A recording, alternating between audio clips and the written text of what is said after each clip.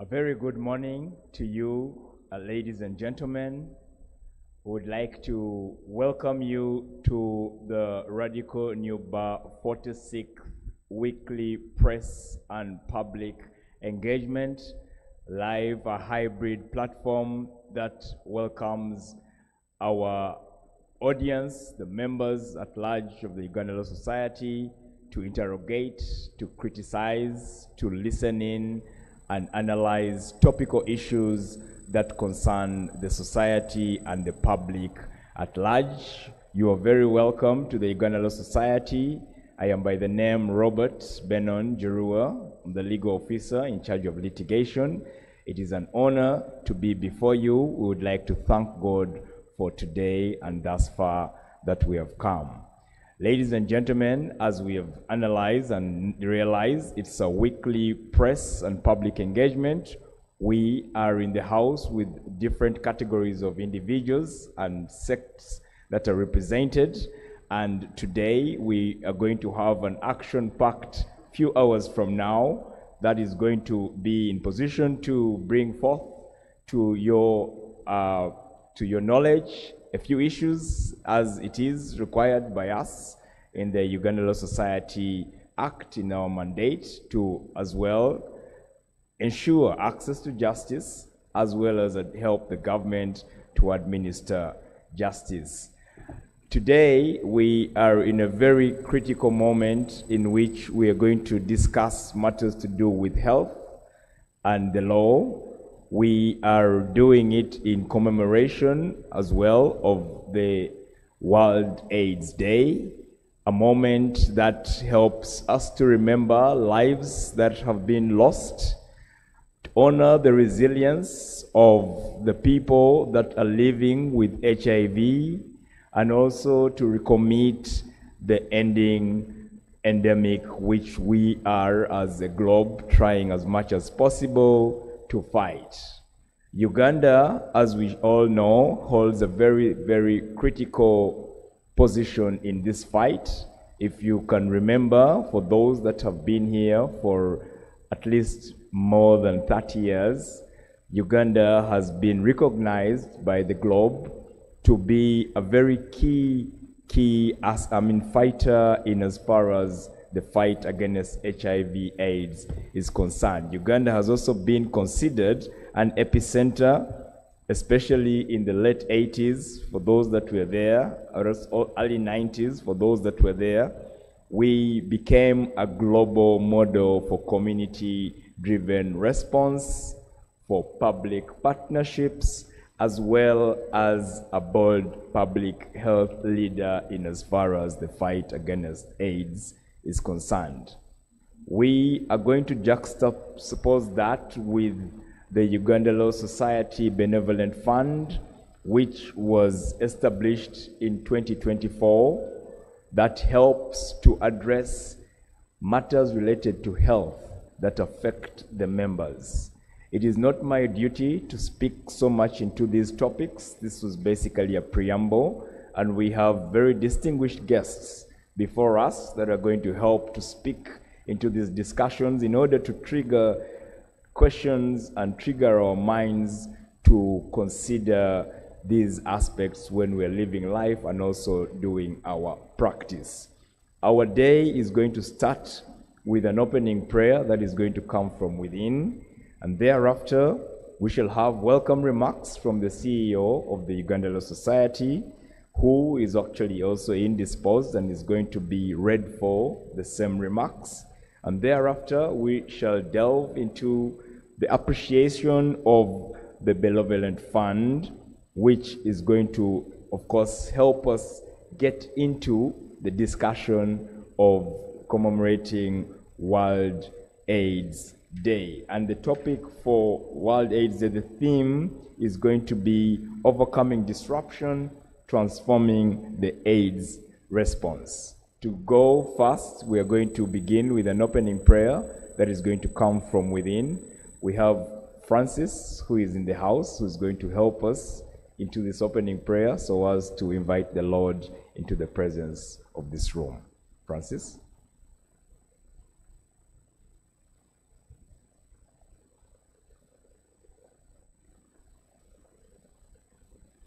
Let's arm ourselves and we pray.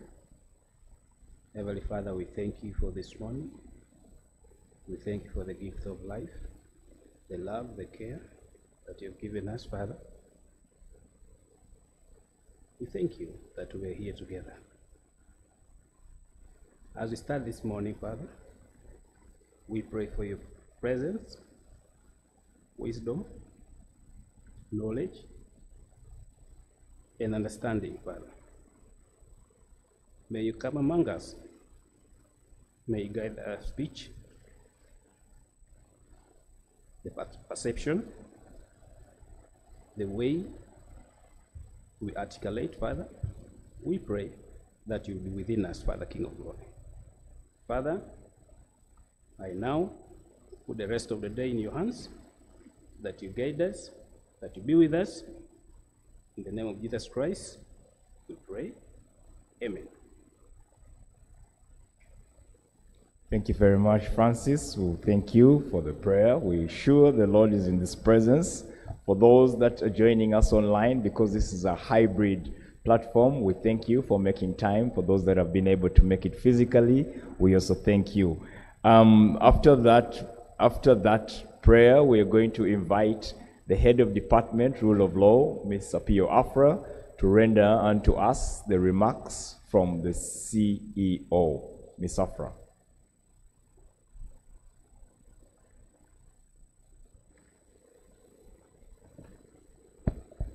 Thank you, Robert. Our distinguished guests, Dr.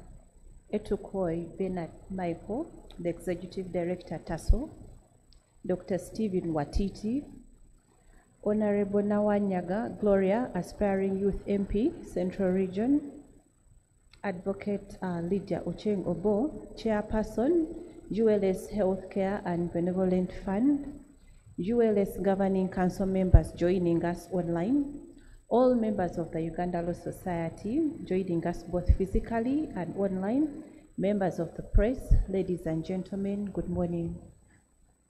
My name is Apio Afra. I'm the head rule of law, and I'm representing the CEO, Ms. Christina Worry, who is attending to another equally important engagement. My chief task this morning is to read her opening remarks verbatim, and I shall proceed to do so. On behalf of Uganda Law Society, I welcome you to the 46th Rnblive live weekly press and public engagement. Today, we shall be discussing two topics. The first one is Commemorating World AIDS Day 2025 under the theme Overcoming Disruption, Transforming the AIDS Response. We join the global community in honoring the lives of those affected by HIV, recognizing the progress we have made as a country and reaffirming our collective responsibility to end stigma, protect the vulnerable communities, and build a more equitable health system for all. As Uganda Law Society, We cannot remain silent in the face of persistent discrimination, structural barriers, and stigma against people living with HIV. We stand in solidarity with advocates, health workers, and communities that continue to push for inclusion, access to medicine, and the global effort to end the AIDS pandemic by 2030.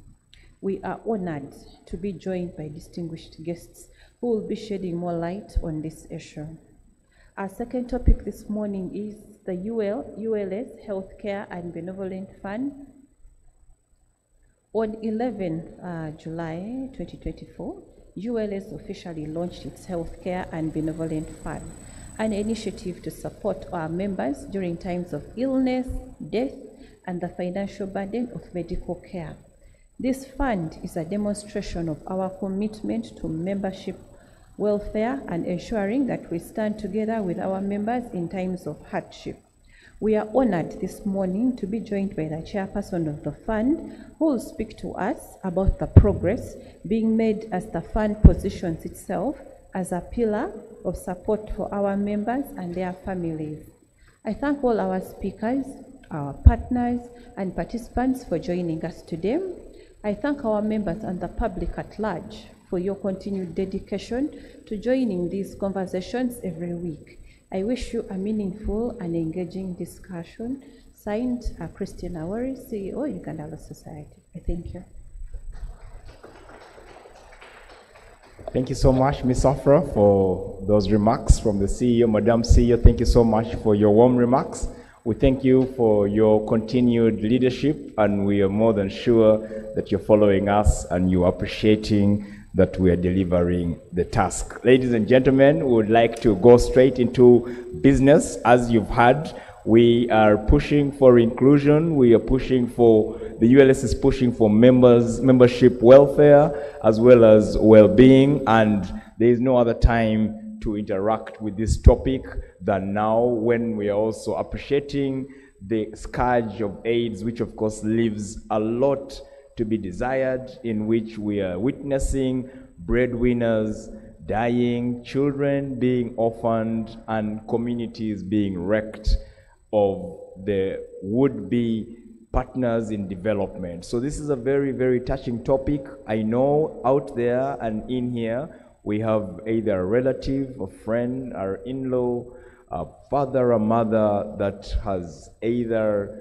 been a victim of the scourge, or at least everybody in here has had one story to tell about the scourge. So this really is a very critical matter that we want to bring to your attention, and we have the best interrogators of this topic in front of us here.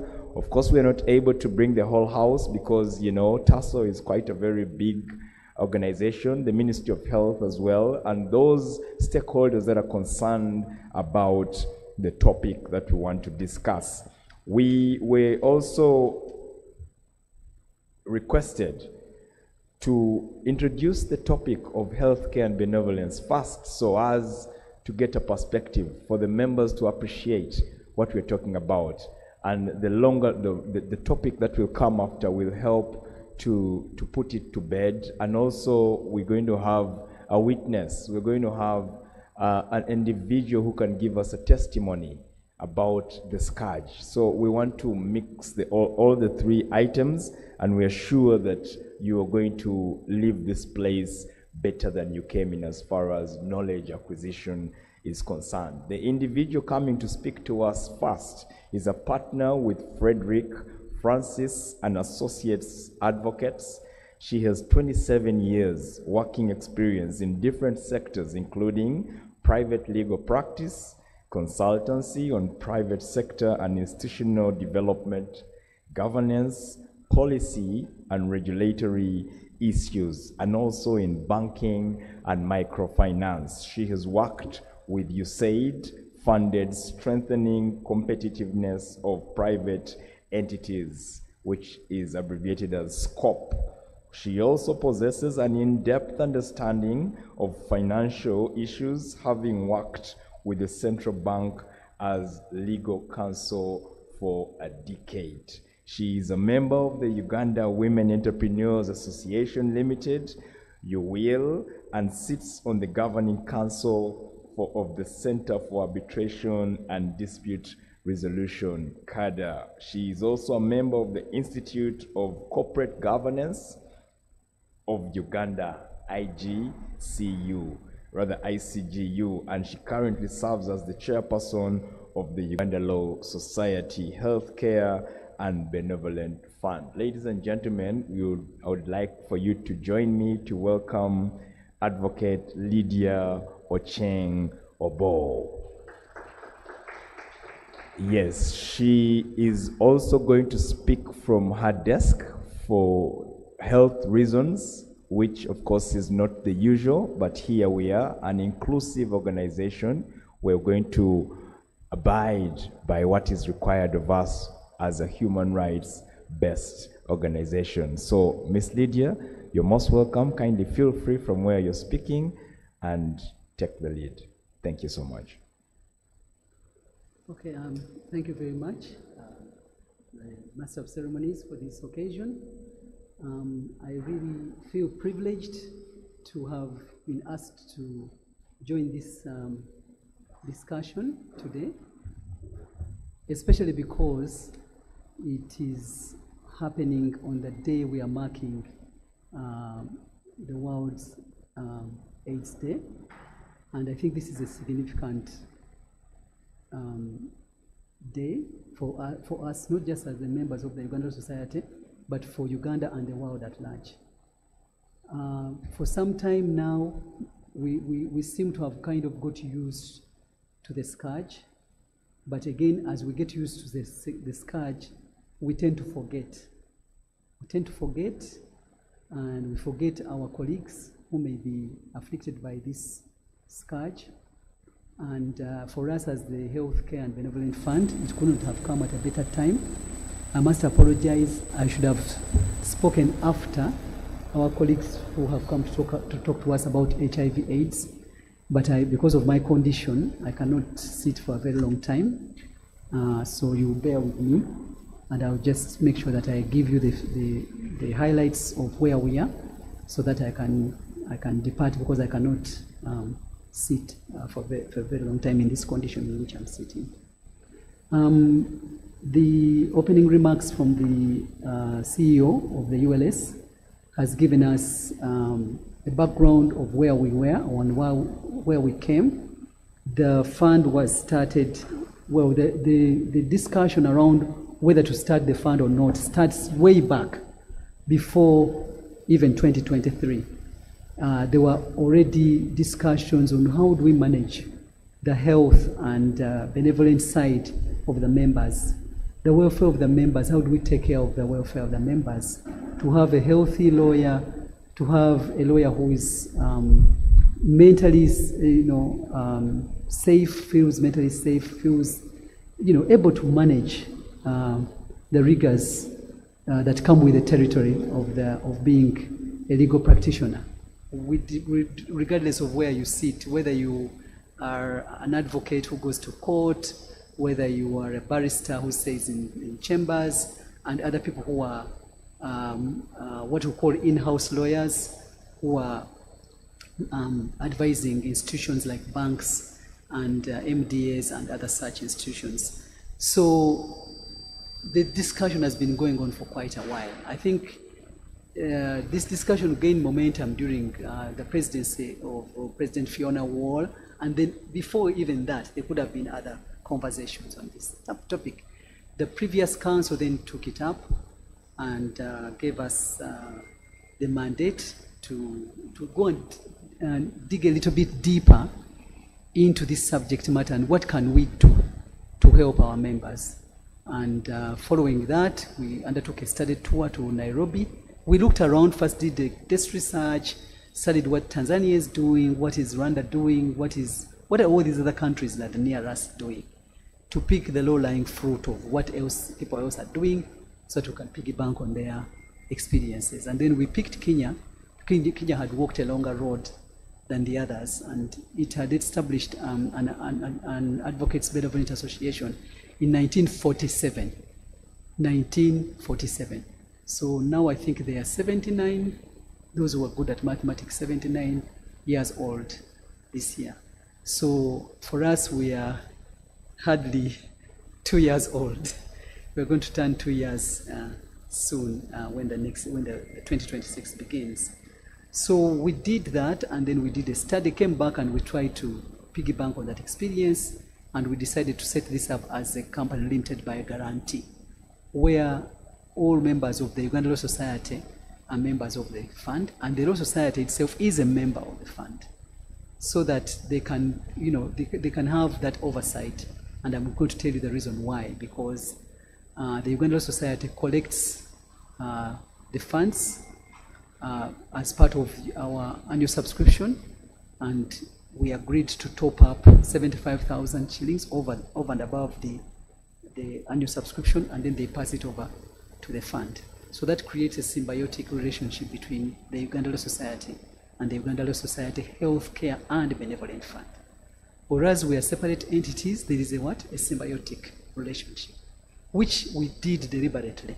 And because that's what we found the Kenyans, our brothers and sisters in Kenya were doing, and we thought it was a good idea.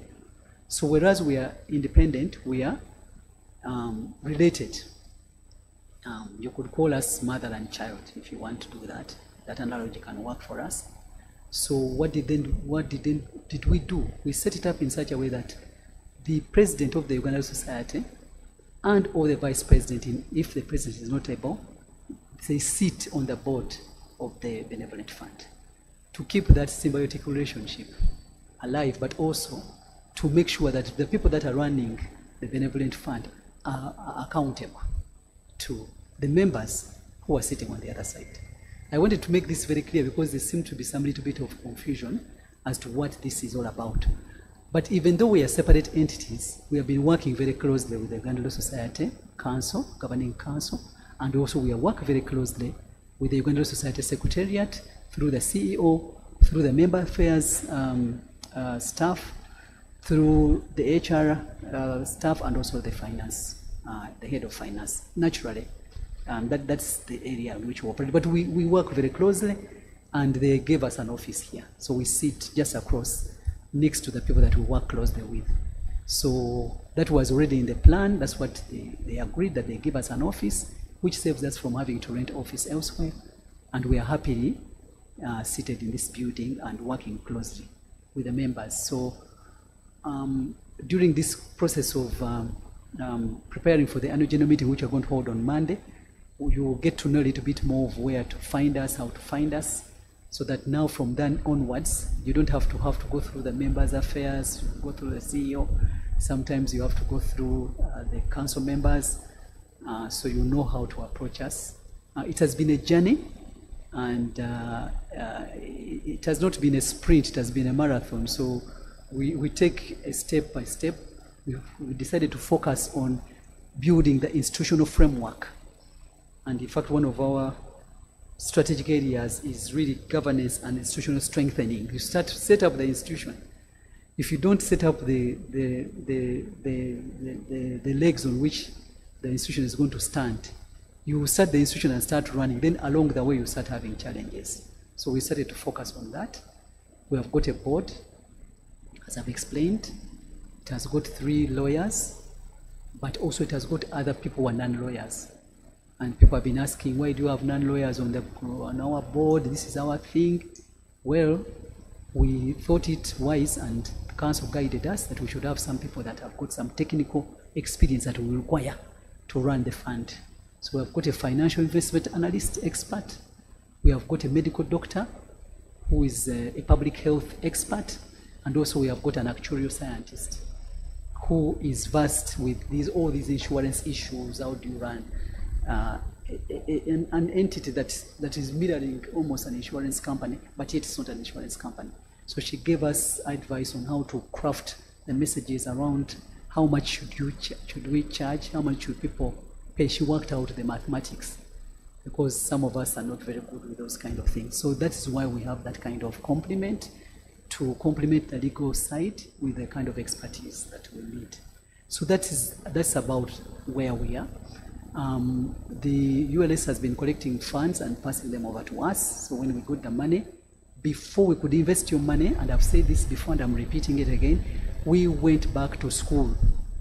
Lawyers and we went back to school to understand about investment instruments, financial instruments.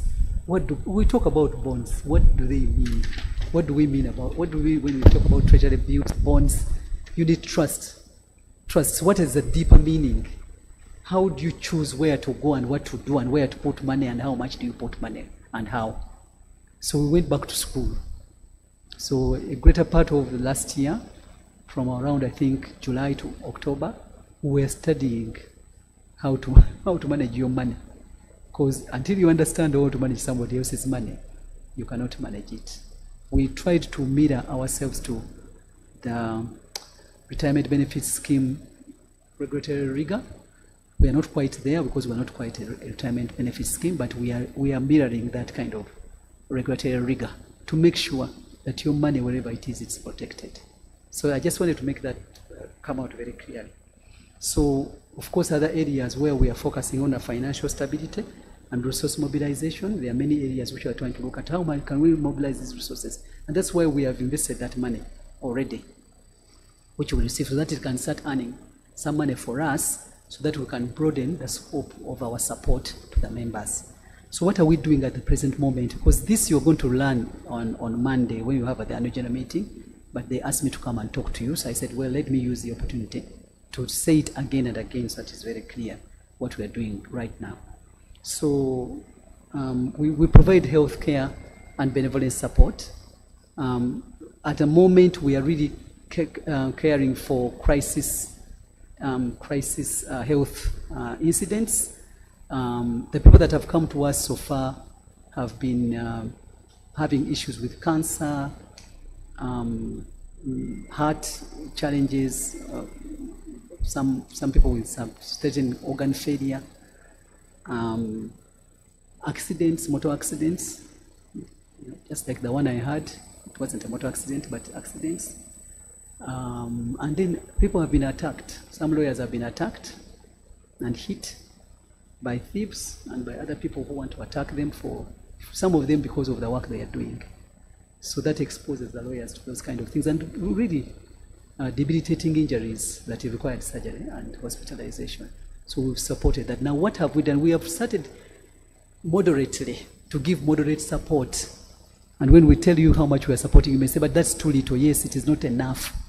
But when you have got cancer patients who need 100 million to above 100 million for the kind of treatment that they require, especially those who have had to travel abroad, if you have 5 of those, that can wipe out the entire contribution in a year that we get from one side. So what am I saying? We need to now sit back and study what exactly can we do to help the members. On the side of health, I think you all know that the insurance uptake in Uganda, and I said it last time and I repeat it again, it's 1%. The entire insurance uptake, 1%. All insurance is 1%, of which 0.8% is medical. So our medical insurance cover in this country is inadequate. In Kenya, our friends have medical insurance, most of them. Here, you will be lucky to have insurance. Maybe you work with MTN, maybe you work with government, so you can go to a government hospital.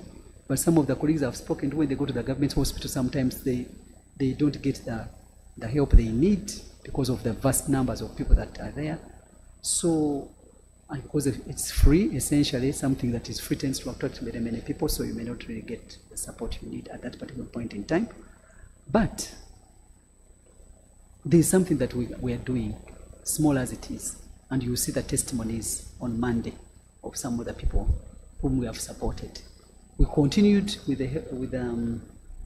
the benevolent side. We found when the law society was giving people some money, when lawyers, when they die, they give their families some amount of money, which we are continuing to give.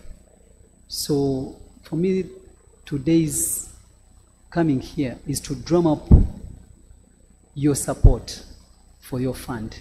This is your fund, it's not ours. to think out of the box. There are other issues beyond the normal health that we talk about, the normal issues of cancer and other things are spoken of. There are other issues: depression, stress, drug and alcohol addiction, okay? And then now HIV/AIDS. So for us, going forward, we promise that we're going to look into this issue a little bit deeper. And I turn to my colleagues who have come to give us a talk, that we shall come to talk to you, so that you can help us to help our members, those who are afflicted, those who have got relatives who are afflicted. And I'm sure most of us, majority of us have been hit by HIV/AIDS.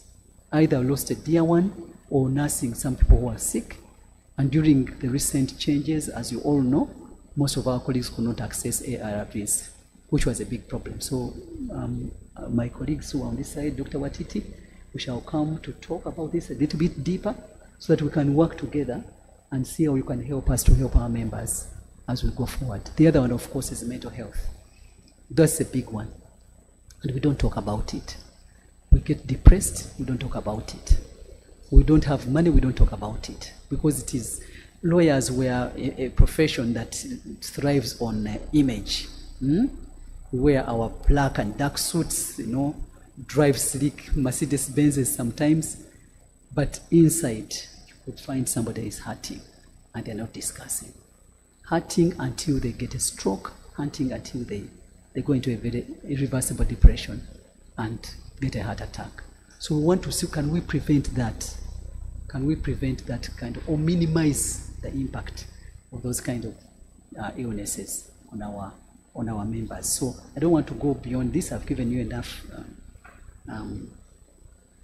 of what we are doing. We're trying to do member engagement awareness, and then of course we shall have to do the monitoring and evaluation. We did conduct some trainings in 2024, I think, but we stopped them because we had not quite crafted them very well, and the timing was not, people were complaining about the time we were holding them, because we used to hold them in the evening.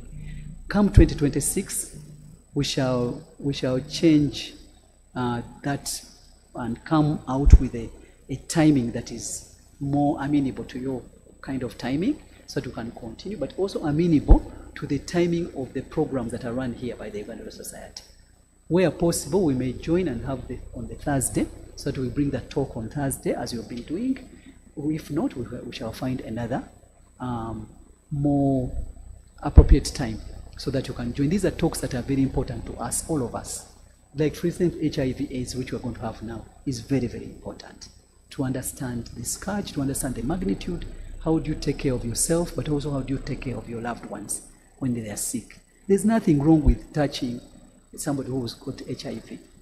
There's nothing wrong with loving them and showing them that they matter and that they care and that they are entitled to be here with us. It's just like unfortunate, like some of them have had to undergo this kind of problem, but we should love them, take care of them, and be good citizens and give back where we can, so that we can support the effort our colleagues on this other side have put forward. And I thank you very much. Thank you, thank you, thank you. Love them, take care of them, and give back to society. Those are the take-home pieces of advice that we can speak from what Ms. Lydia has presented, but of course, so much more that has been spoken, and I want to imagine by now you can collect that we are on the right course in as far as the Ugandan Society is meddling with health-related prevalence and care as far as HIV/AIDS is concerned. And like has been said, it is really symbiotic. We cannot separate the two.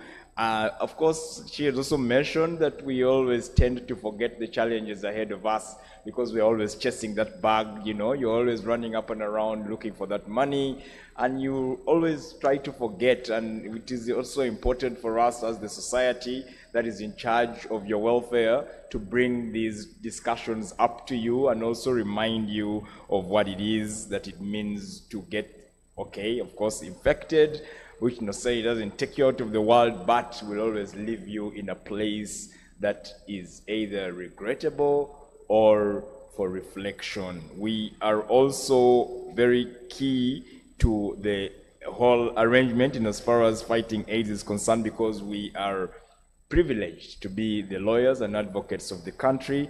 Whereas we would like to, look after our image, we need to also remember that we have a role to play in as far as the society being aware is concerned. So where else to start than the ULS that is working with the Benevolent Fund and Healthcare that is going to help to increase on the awareness about the scourge. Of course, there is also a very appalling statistic here with us, the insurance uptake in Uganda, which is said to be at 1%, of which medical is 0.8%. It's very, very, very, very appalling. But also we have realized that there's just much more than AIDS that we go through as lawyers. We have go through a lot of different challenges like cancer, like heart issues, organ failure, motor accidents, and being attacked by thugs. So we are in a place that requires for us to work together, come together. We don't want to only, receive subscription fees and just allow you to practice, whereas we don't care about what you do beyond practice. And that is, of course, what we do, and that's what the Benevolent is talking about. You have one more thing to add? Yeah, just one thing to add. Of course, on Monday, we're going to have a hybrid IGM. Majority of you people are going to be on virtual, so we encourage you to join virtually. And why did we do it like that? We are trying to save money. Okay, we cannot have everybody in the room at this particular moment in time. It would have been our wish to have all of you there, but we cannot, because that money, when we look at it, we're looking at where can we put that money best? Can we support this member with a little bit more money here? Can we do a little bit more and spread the cake so that we bring in a lot more people? So please join. The link has been shared, and if you don't have the link or don't have any information, please reach out. You can reach out to me. Doreen can give you my number, but also we have got our lady here, Sandra Aliamanya. She's the one who's coordinating, so please reach out to her and she will help you to register and make sure that you attend the meeting. Whichever way you do it, we also want to encourage our members from up country, and I think one of the things that we're going to do in the next year is to see how best we can engage them more closely than we have done in this year. But this has been a formative year. Now that the rubber is going to hit the road come 2026. Thank you very much. All right. Thank you so much, Ms. Lydia. As you've said, 2 years of establishment for that you've given us is commendable. We also want to thank you for the work that you're doing, especially in as far as the institutional framework development is concerned, because that forms the foundation and the basis upon which the rest of the years are going to be implementing what you said. And of course, going up country and reaching out to those members that are up country is very key, because the members are 7,000 and we cannot all collect in Kampala. So thank you so much for everything. We want to bless you for the work that you're doing. May you please know that it's not in vain. We take note. Of course, it also touches our pockets, so we are aware. We'll be looking forward to these services. It's not something that you look forward to like it is supposed to be a benefit, but of course we are looking at helping address challenges. We thank you, members, for that listening. Madame Lydia earlier on intimated she had some challenges. Of course, like you've seen, her crutches are with her here. We are praying for well-being, of course. We want to cover you with the precious blood of Jesus, that as you leave this place, you will be covered and you continue to do the work. She requested also to present fast, like she said, because of that same reason, and she would also love to excuse this place because she has to go for other engagements. There is a question here that a member wants answered, so that you can excuse you if it's okay, please. She's called Nsuvga Henry. Mr. Nsuvga, thank you so much for reaching out. He thanks you. Thank you, Council Lydia. Does the fund also cover the financial costs for our families when they are sick, or does it only cover the lawyer? Does the fund also cover the financial costs for our families when they are sick, or does it only cover the lawyer? Please. Thank you very much for that question, Mr. Nsubuga. Yes. By the way, Mr. Nsubuga, if I may put in a joke here, my mother was from the Mamba clan. So in my culture, you are my uncle. But that's aside. At the moment, we are not covering financial costs of family members. If you've just heard, I think you've talked about 700 members. 7,000. 7,000, sorry. Yeah. That is a huge number for an association that has just started and that is got one member of staff at the moment. It will take a bigger study to understand if we are to go that route, what would that take? So let us take what we can bite and chew at the moment. We are covering only the members. And I think even the Kenyan Benevolent Association, the Association Advocates Benevolent Association of Kenya, they cover only members except that the benevolent side, for them they have moved and they are covering the children of their deceased members. Yeah, that's the difference we have.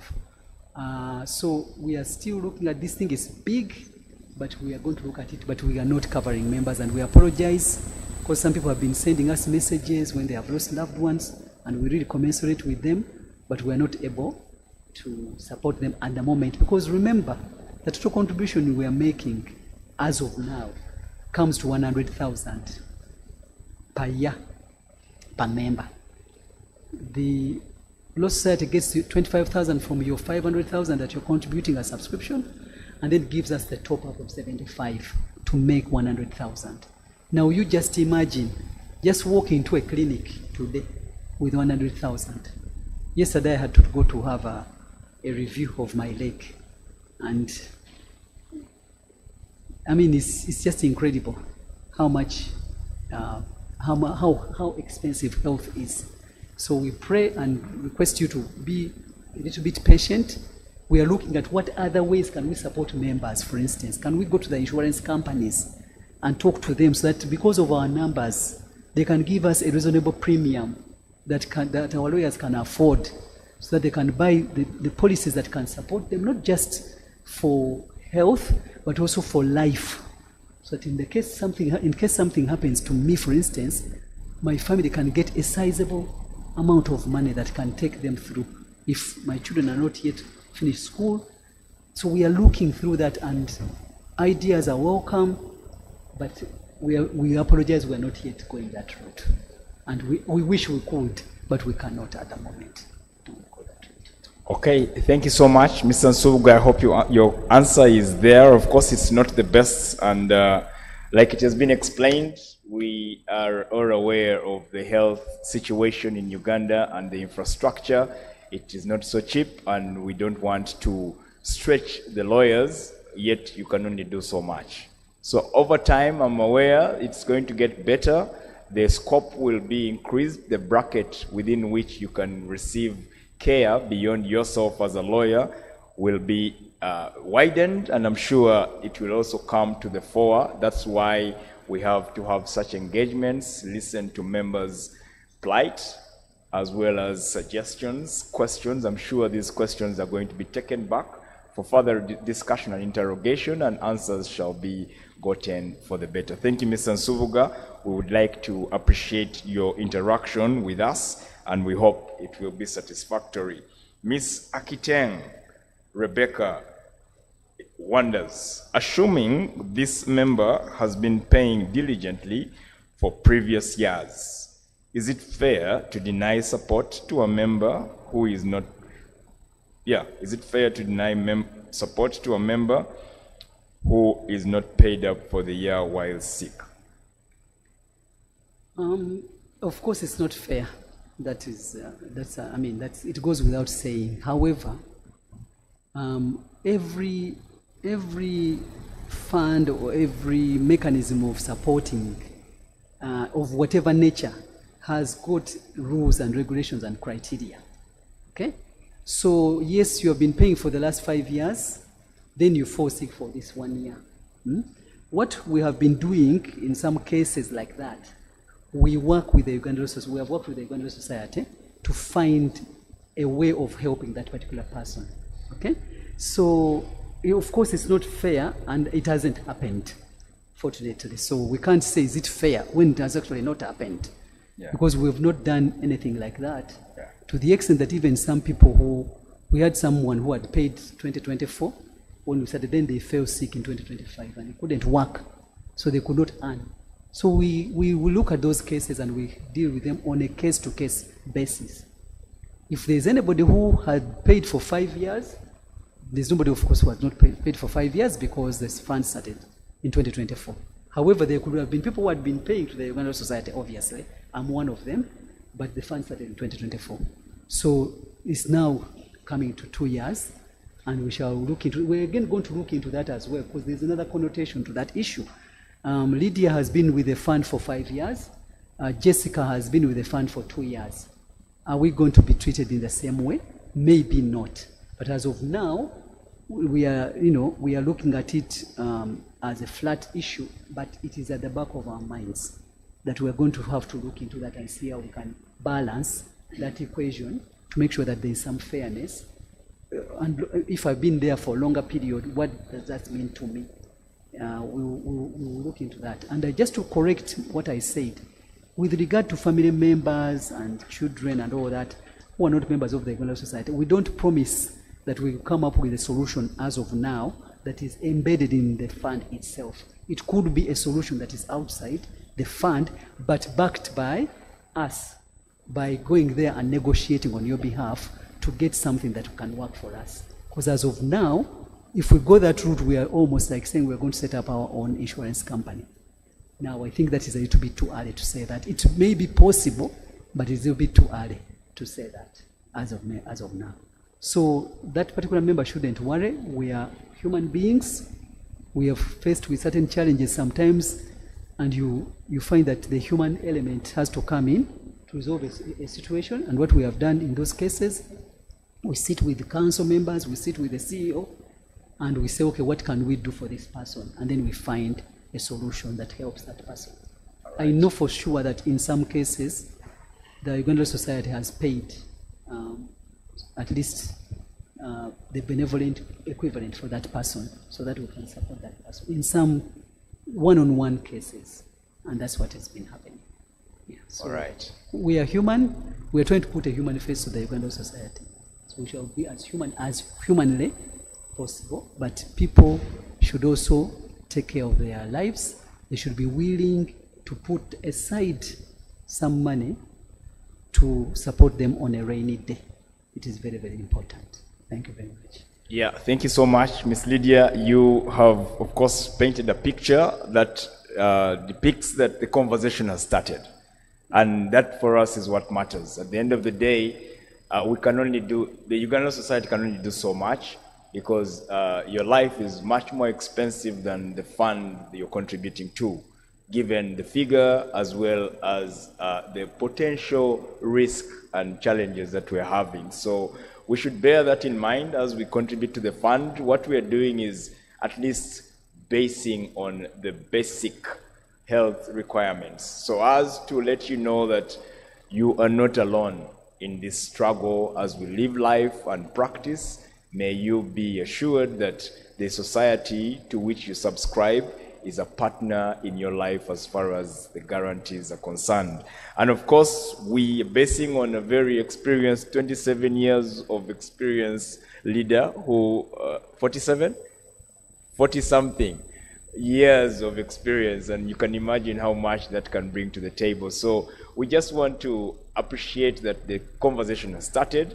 There is an aspect of health that you members are entitled to as members of the Uganda Society, but also as time has gone, as we have said, it is going to be extended with time and consultation and a lot of triggering questions that shall be addressed to the members of the committee and the leadership of the fund in order to leave you satisfied. And that is the least that can be done. For today, the issue was to bring to the fore the existence and the progress and the futuristic plans, as has been told to you all by the leader herself. So we are honestly grateful for your effort. The progress is commendable, like we said, a pat on your back, really, and on behalf of your team.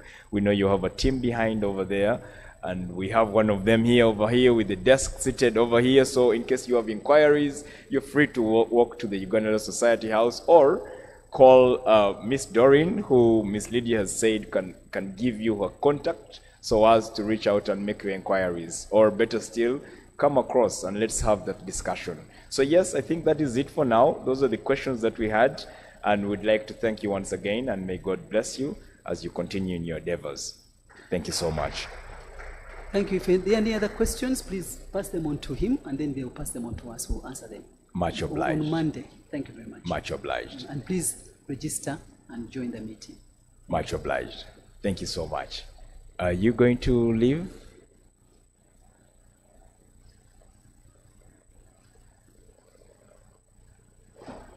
Okay. As Miss Lydia is preparing to leave and she's interacting with the experts in the area of AIDS, we are going to request that for only 5 seconds we shall take a moment to take a picture with her, including the guests. It is a culture that we always do, and would like for it to happen because she's not going to be with us for the rest of the discussion.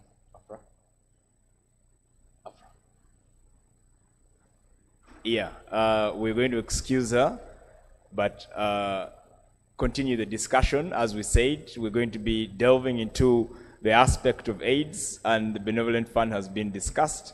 As it has been said, kindly feel free to reach out to us. We are available to offer at least support in as far as knowledge acquisition is concerned.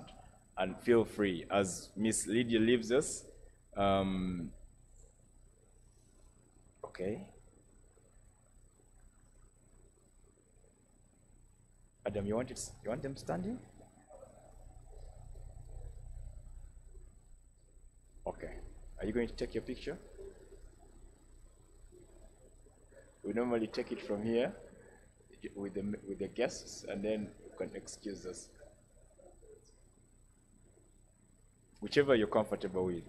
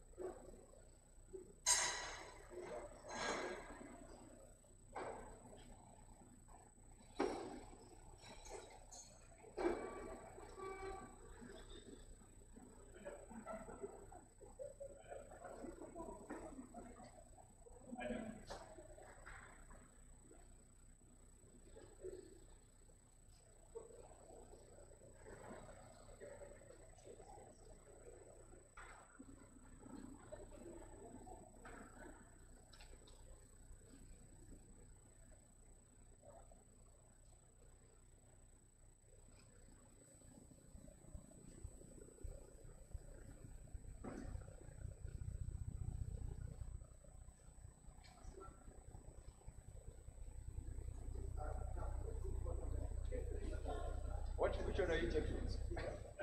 That was the special. Yeah. My colleagues, sorry, I did not introduce my colleagues. Philip Mnavi is with us. He's a member of the board.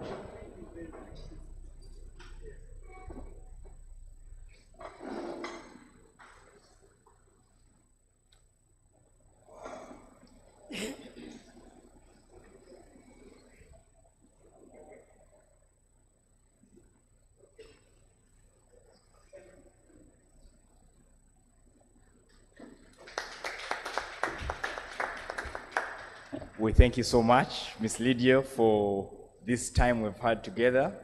We pray as you leave, like we have prayed before, from the opening prayer to the continued prophecies, that you're going to be fine in Jesus' name, that you'll be covered with the precious blood of Jesus, and that we shall continue to have you as our leader for the Benevolent Fund.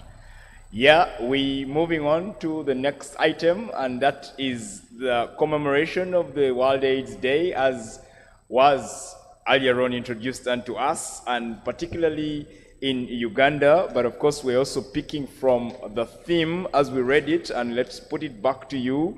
It is overcoming disruption, transforming the AIDS response. Of course, that speaks into what was and what is, and therefore what is yet to come. And in the house, we have a very, very senior team with us that is going to help us break it down into solubility. But of course, we also need to bring to you Uganda's HIV journey at a glance. And as we had earlier on said, and my experts before me will allude to the same, at the peak of the epidemic in the early 1990s, Uganda's HIV prevalence was among the highest in the world. You can imagine, among the highest in the world, with estimates reaching 15 to 18% nationally. That is a very big figure, as we shall hear later. Entire communities were devastated. The loss of breadwinners, like has been said before, orphaned children, and overwhelmed health facilities. And the turning point where Uganda was widely referenced, Uganda's widely referenced ABCs, if you remember: abstinence, being faithful, and condom use, and zero grazing. I think we shall hear more about this from the distinguished guests. Zero grazing, which can be understood from another perspective. I can see the doctors are smiling. That campaign emerged as early community leadership tools, and more importantly, the country relied heavily on community mobilization, grassroots organizations like TASO, that is the AIDS support organization, openness about HIV status and public testimonies, partnerships between government, civil society, and international agencies. And this multi-layered approach produced one of the earliest drops in HIV prevalence globally. That, of course, is supposed to show us that there has been a drop in the prevalence, and also it means there's progress from the stakeholders. And speaking of which, we want to look first into the aspect of openness about HIV status and public testimonies. This is what Ms. Lydia just talked about recently, that the ego that the lawyers have avoids them from coming out, and yet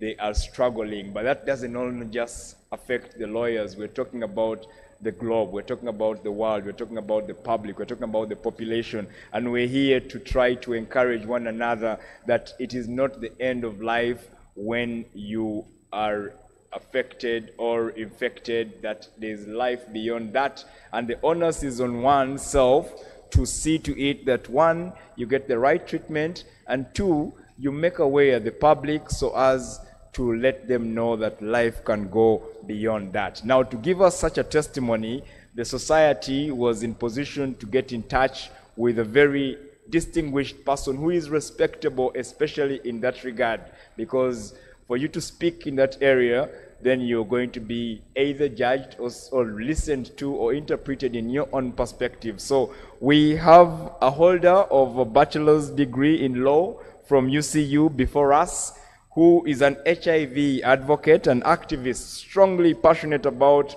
a world free from HIV and an HIV-free generation. She's the founder of GILO, Young Positives Foundation, a youth-led charity organization that empowers, equips, and educated young people, both infected and affected with HIV, to improve on their livelihoods and well-being. She has worked with Makerere University, Johns Hopkins University, Muju Research Collaboration as a youth/adolescent peer educator, providing holistic psychological support to adolescents living with HIV. She is the Miss young positives, that is in brackets Miss Y with a positive 2017-2018. She will give us the details of what we're hearing. A campaign by Uganda Network of Young People Living with HIV stroke AIDS.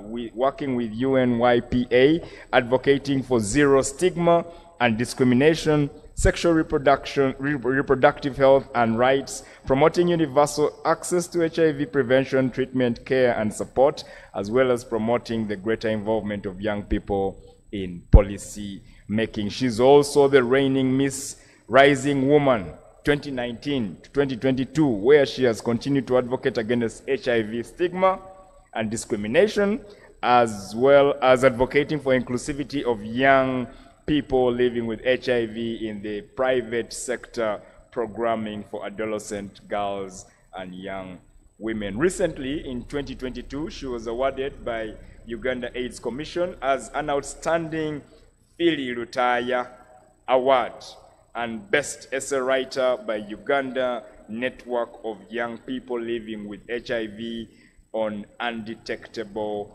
and Untransmittable. We shall get the details. She's the youth chairperson of Chitirede Village, vice youth chairperson Busuja Parish, and secretary for female affairs Kachiri Town Council. She's vying for the seat of aspiring youth MP Central Region. Ladies and gentlemen, please welcome with me Miss Nawanyaga Gloria.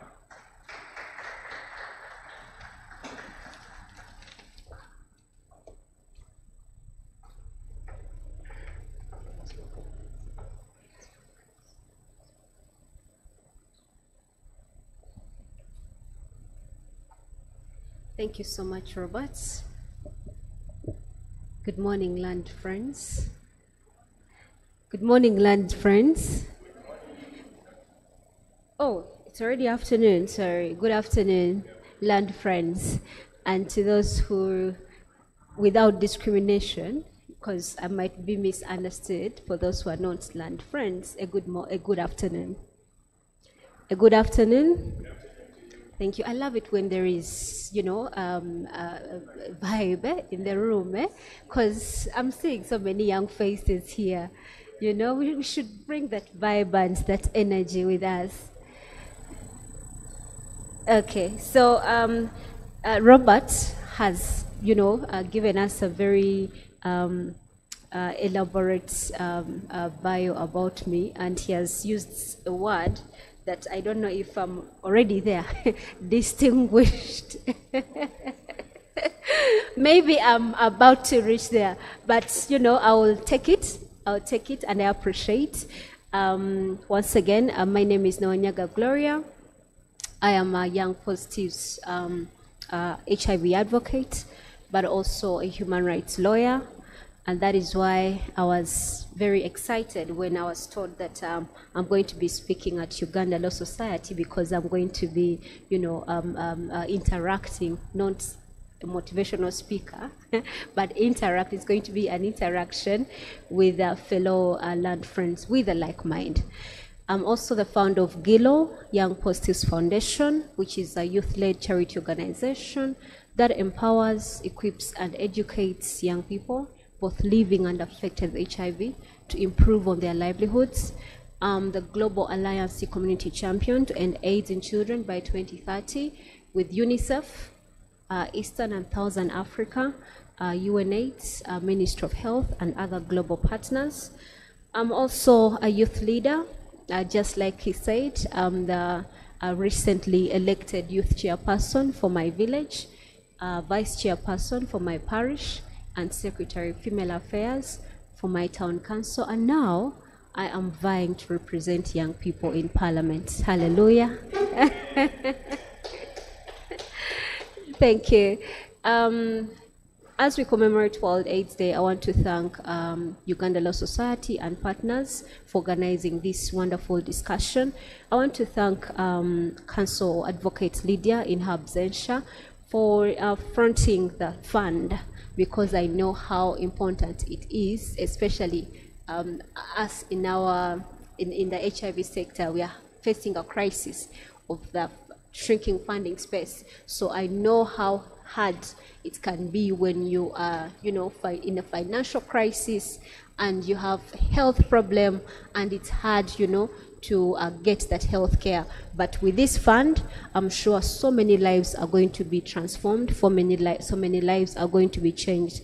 And these are lives for learning friends, but not only learning friends, but also their families. I had someone asking, will our families be catered for? But I can assure you, if your mother or father who is a lawyer is well, that means even their families will also be well, somehow, somewhere. So I want to thank Uganda Law Society for fronting that. I also want to thank my fellow panelists, the Executive Director Tasso. I recognize your presence. Dr. Watiti, I also recognize your presence. These gentlemen are very much more expertized than me, have more experts than me. So I don't know if maybe it was an injustice to speak before them. Rather, I would have spoken after them, because they have great wealth of knowledge, experience. But I do really appreciate and recognize your presence, and all the protocols, I acknowledge them. So my journey started at the age of 11 years when I got to know that I am HIV positive, and my mother is the one who disclosed to me. And I kept on asking her at the age of 11 years, why am I taking medication? And she would always lie to me, But I think later on she realized that I'm growing up. I'll still get to know, because I used to go to hospital for medical checkups. I used to take medication by that time. Right now, we are grateful to the government of Uganda for having that test and treat policy. But back then, we used to be on Septrin till your viral load went high. Then that is when you would start ART. But now, immediately you're tested HIV positive, you start treatment immediately. So I want to applaud the government for that. So just like I was saying, at the age of 11, I was taking Septrin, and I kept on asking my mother. So I think later on she realized, after lying to me for years, she realized that I'm growing up and I'll still get to know. So she took me somewhere, and she asked me in a very cool environment, and she asked me, what do you know about HIV? And at the age of 11, I'm sure most of us, what we could know about HIV is anyone who has HIV is going to die, because that is what they teach in schools. I'm sure even right now they teach HIV kills, but you can never imagine the damage these messages are putting out there to students who are already living with HIV. I was a student who was living with HIV, but they kept on teaching me that HIV kills, and it's something that I have within me. So what message is that portraying? That they're literally telling us that you don't have a future, you're going to die. So, and this is a point where I always advocate for the change of messages in schools, because these messages are actually damaging so many young people who are on treatment. It's hard for all the students to come up and say that, for me, I'm living with HIV. There are very few like me who will come and say, I am living with HIV, but HIV does not define me. I can still live, I can still thrive, I can still move on and live a normal life. There are so many young people who are living in silence, who are living in denial. And the more we keep on spreading that negative message to them, is the more we are killing them in self-stigma and self-denial. So anyway, she asked me that. I told her that is what I knew about HIV. Anyone who has HIV is going to die. And then she asked the follow-up question, which was a bit weird. I'm sure you're also going to find it weird. She asked me, what will you do if you find out that you're HIV positive? Robert, what would you answer? It was very tricky. In fact, at that tender age, I tried to connect the dots while she's bringing this conversation after me asking her about the treatment. So I realized that I'm HIV positive. She didn't tell me verbally that you are HIV positive, but just those questions made me realize that I'm HIV positive. And at that time, I hated myself because I knew I'm going to die anyway. I tried to commit suicide, not 2 times, not 3 times, because I knew I'm going to die anyway. I thought I don't have a future. I thought I would not even finish school. So I hated myself, I hated my parents, and I'll always judge them. I'd always ask my mother, why did you give me your HIV for me to die? Why did you give me your virus for me to suffer? It was sorry lawyers, but that is according to my survey and research. It happens that some lawyers have that, pride and ego within them, that how can I even get HIV, which is actually killing them silently. And it's even hard for them to go and seek medical treatment. But it is a journey. It is a journey that someone takes. I took this journey, and of course, I did not take this journey alone, because I was a toddler. I was not a toddler, but young, and just like he read in my bio, I was working with Makerere John Hopkins University, Mojo, which is an organization that leads HIV research. And they have a component in there for young people who are born with HIV called YGA, Young Generation Alive. And I got to join this psychosocial support group that helped me to groom me mentally, because this is also a mental battle. If someone tells you self-stigma or stigma itself, it is a mental battle. It is not, you can even see someone, walking, just like you see mental illness. There are people who are moving in suits, even lawyers themselves, when they're mentally not okay.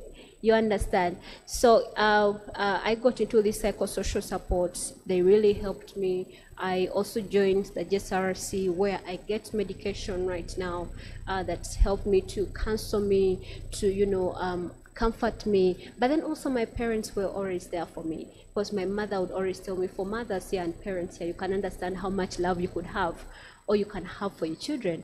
My mother used to always tell me there is no parent who would wish bad for their children. Am I right? Or was she right? And I'm just getting to realize that, because I'm soon becoming a mother as well.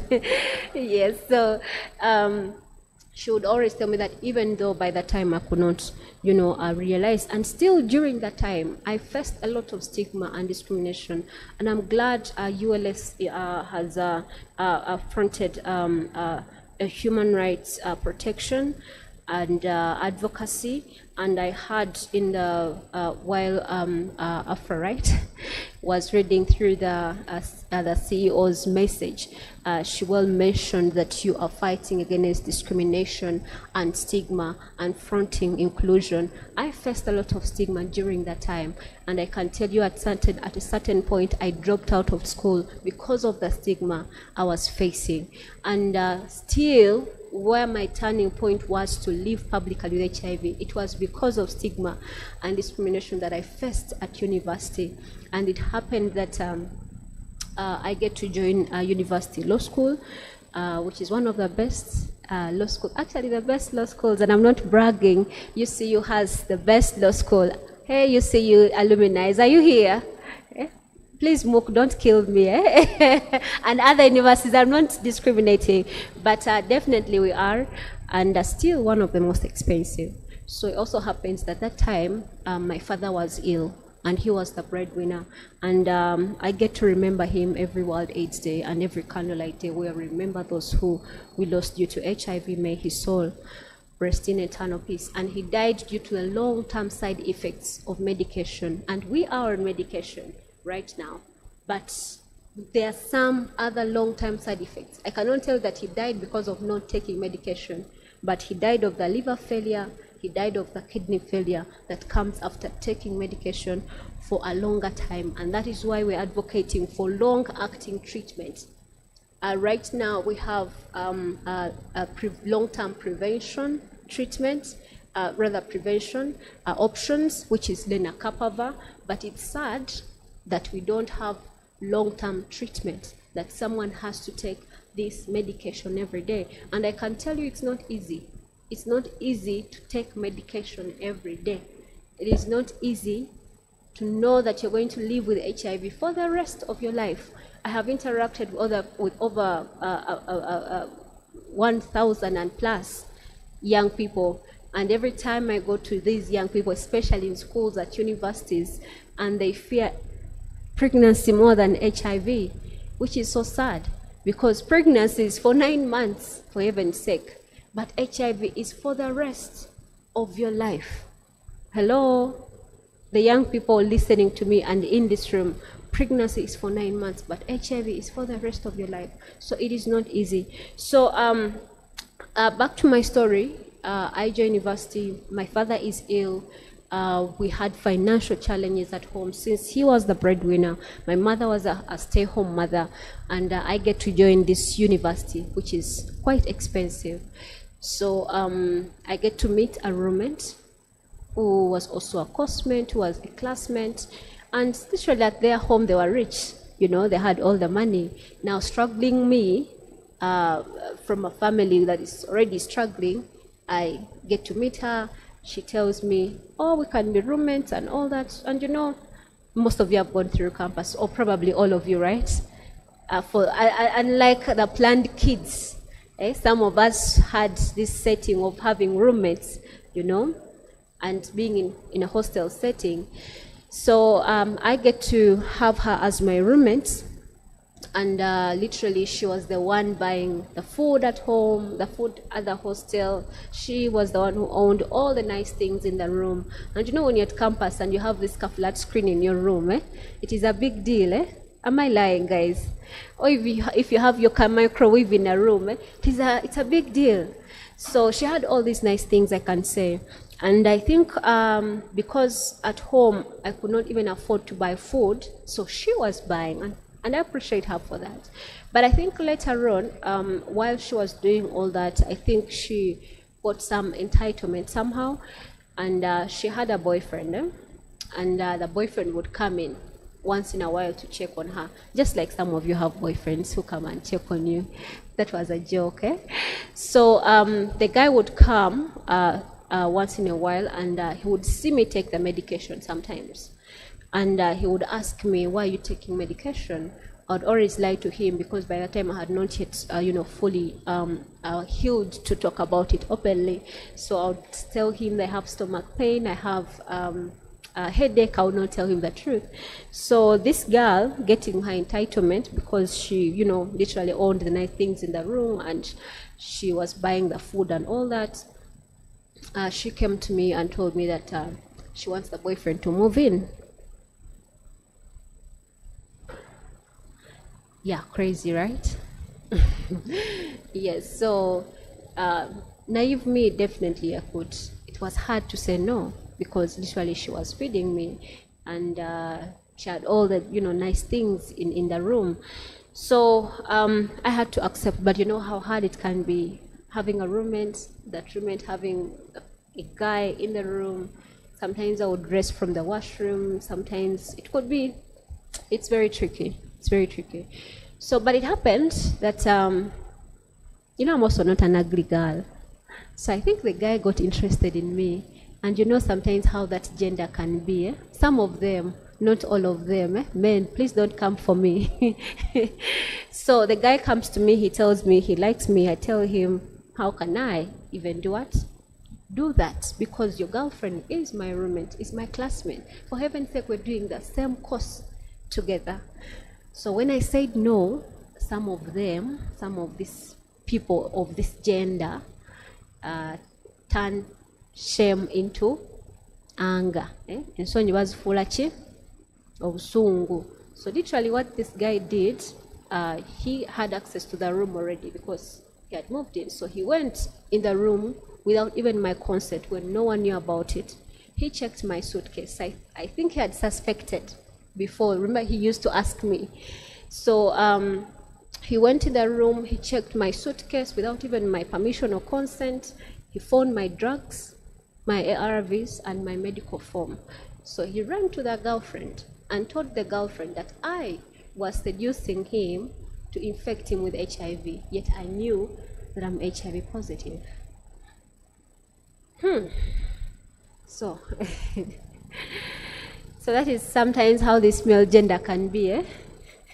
Sorry, the male gender in here. I'm not accusing anyone in here, but it was that guy. So anyway, I sat my friend down. I tried to tell her the whole truth. Nothing but the whole truth. But I think she was blinded by love, so she could not listen to me.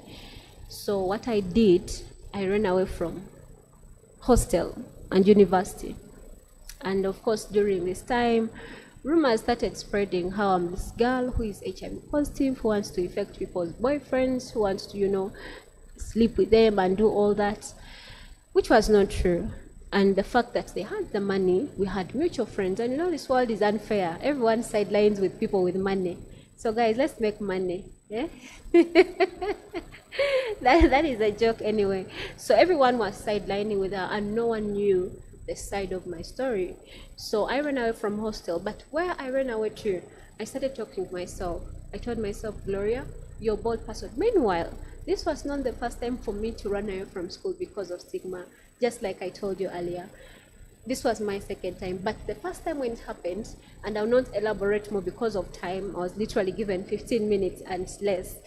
The first time it happened, I was in senior 3, and I was being discriminated because when I was ill in my P7, because I took a drug holiday for over a year, in my P7, I got ill. I got what is called AIDS. So right now I don't have AIDS, I have HIV.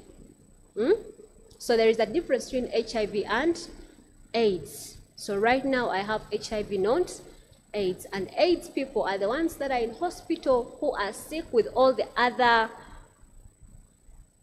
diseases that you can think about. So when I was in that situation, rumors started spreading in our village how I am HIV positive.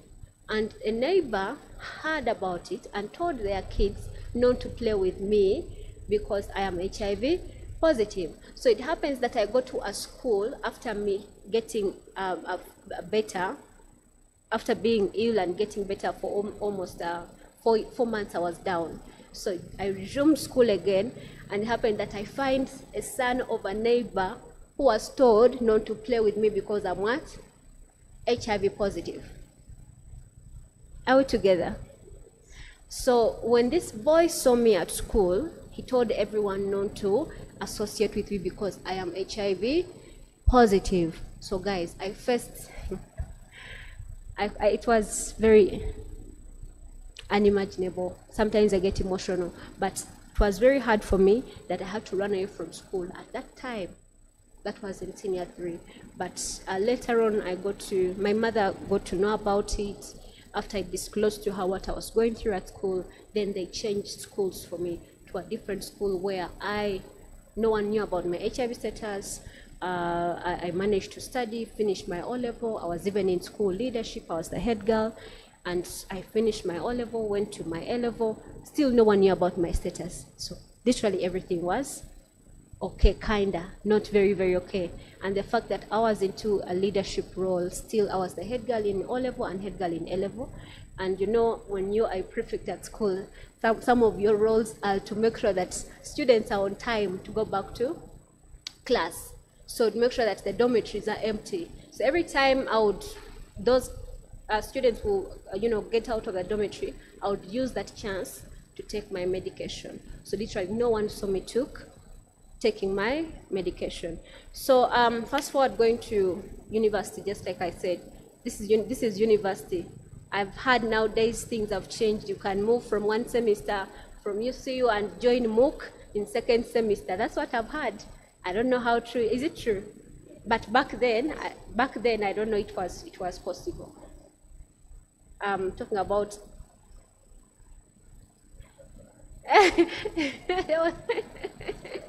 no, it's well. I'm talking about 8 to 7 years ago. Was that possible? Even before, probably. But still, with the financial crisis at home, I don't think it would be appropriate for me to change universities. So I had to go back to university after talking to myself and running away for 2 good weeks from school. I told myself, Gloria, you're a bold person. I asked myself a question. Is your HIV status going to change? No, my HIV status was not going to change because I was not healed at that time. Even now, I can say I have inner healing, but the virus is still within me. We don't have a cure yet, for heaven's sake. So my HIV status was not going to change. I told myself, people have to love me and accept me for who I am, because my status is not going to change anyway. So I had to go back to hostel, and immediately they saw me at hostel.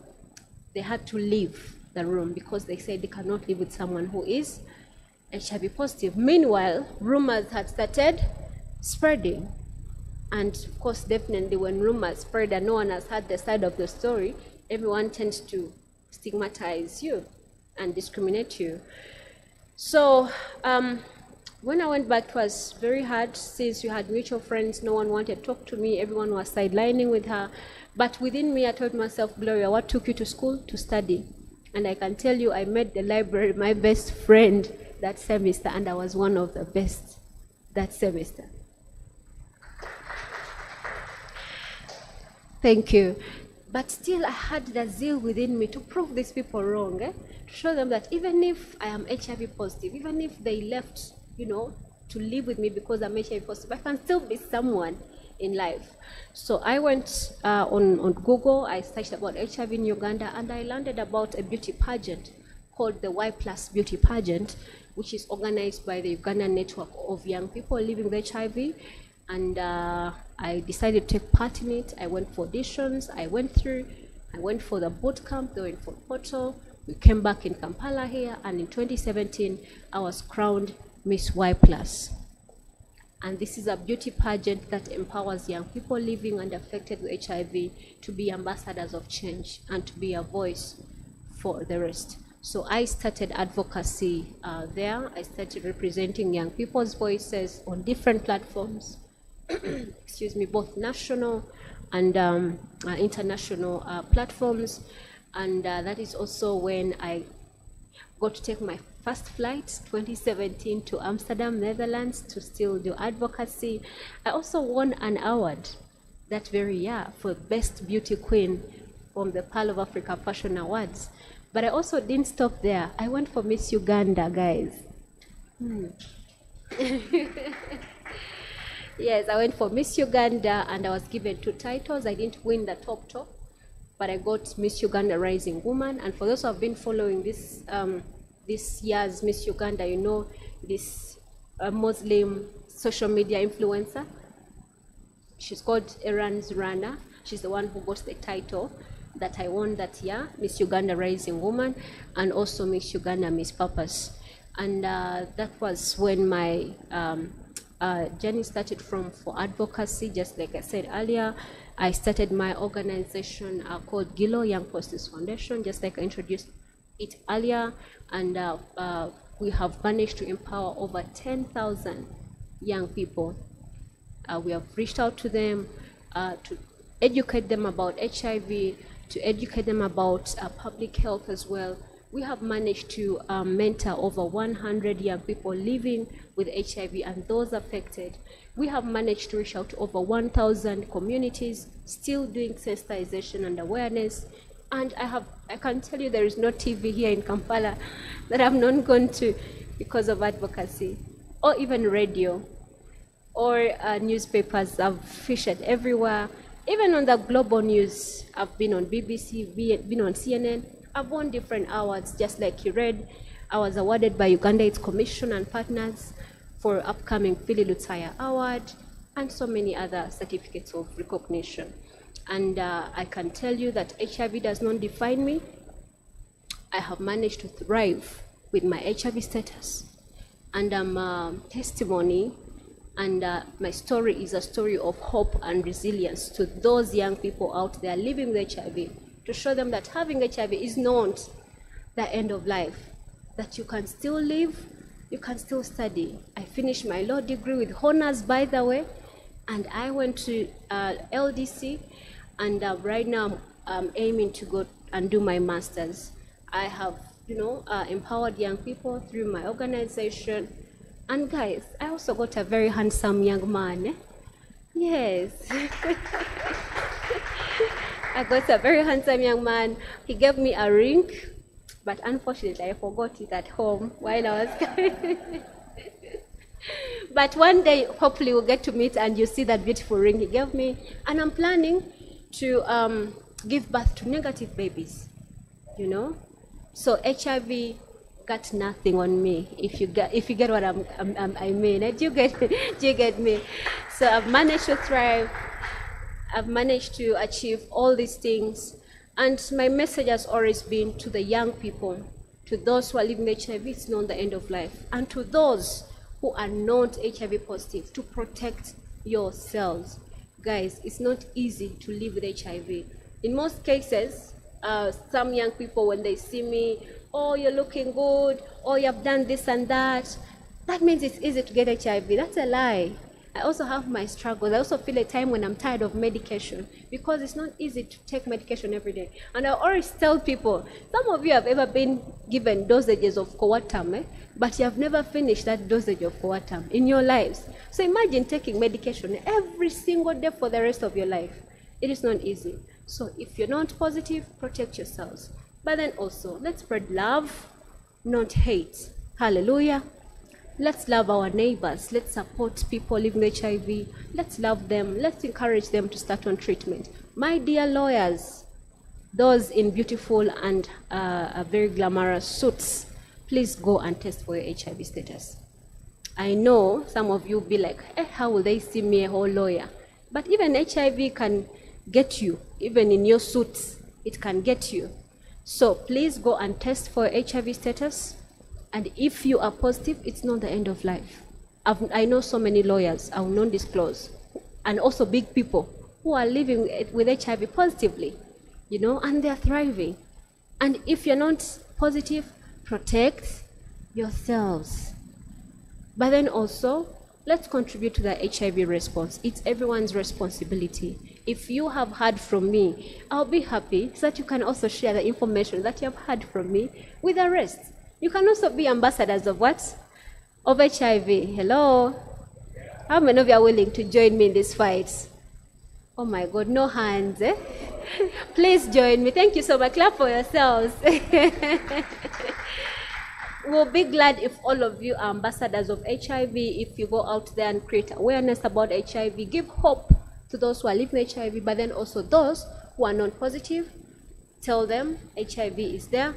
Let them protect themselves. I'm now vying to represent youth voices in Parliament. Please pray for me. I know I'm the best candidate, and if you know any voters out there, because my election is an electoral college, I'm voted by only 3 people per sub-county. That is chairperson, finance, and female affairs. Tell them to vote for me. I'll work for them. I'll not disappoint them. Anyways, thank you so much for listening to me, and God bless you.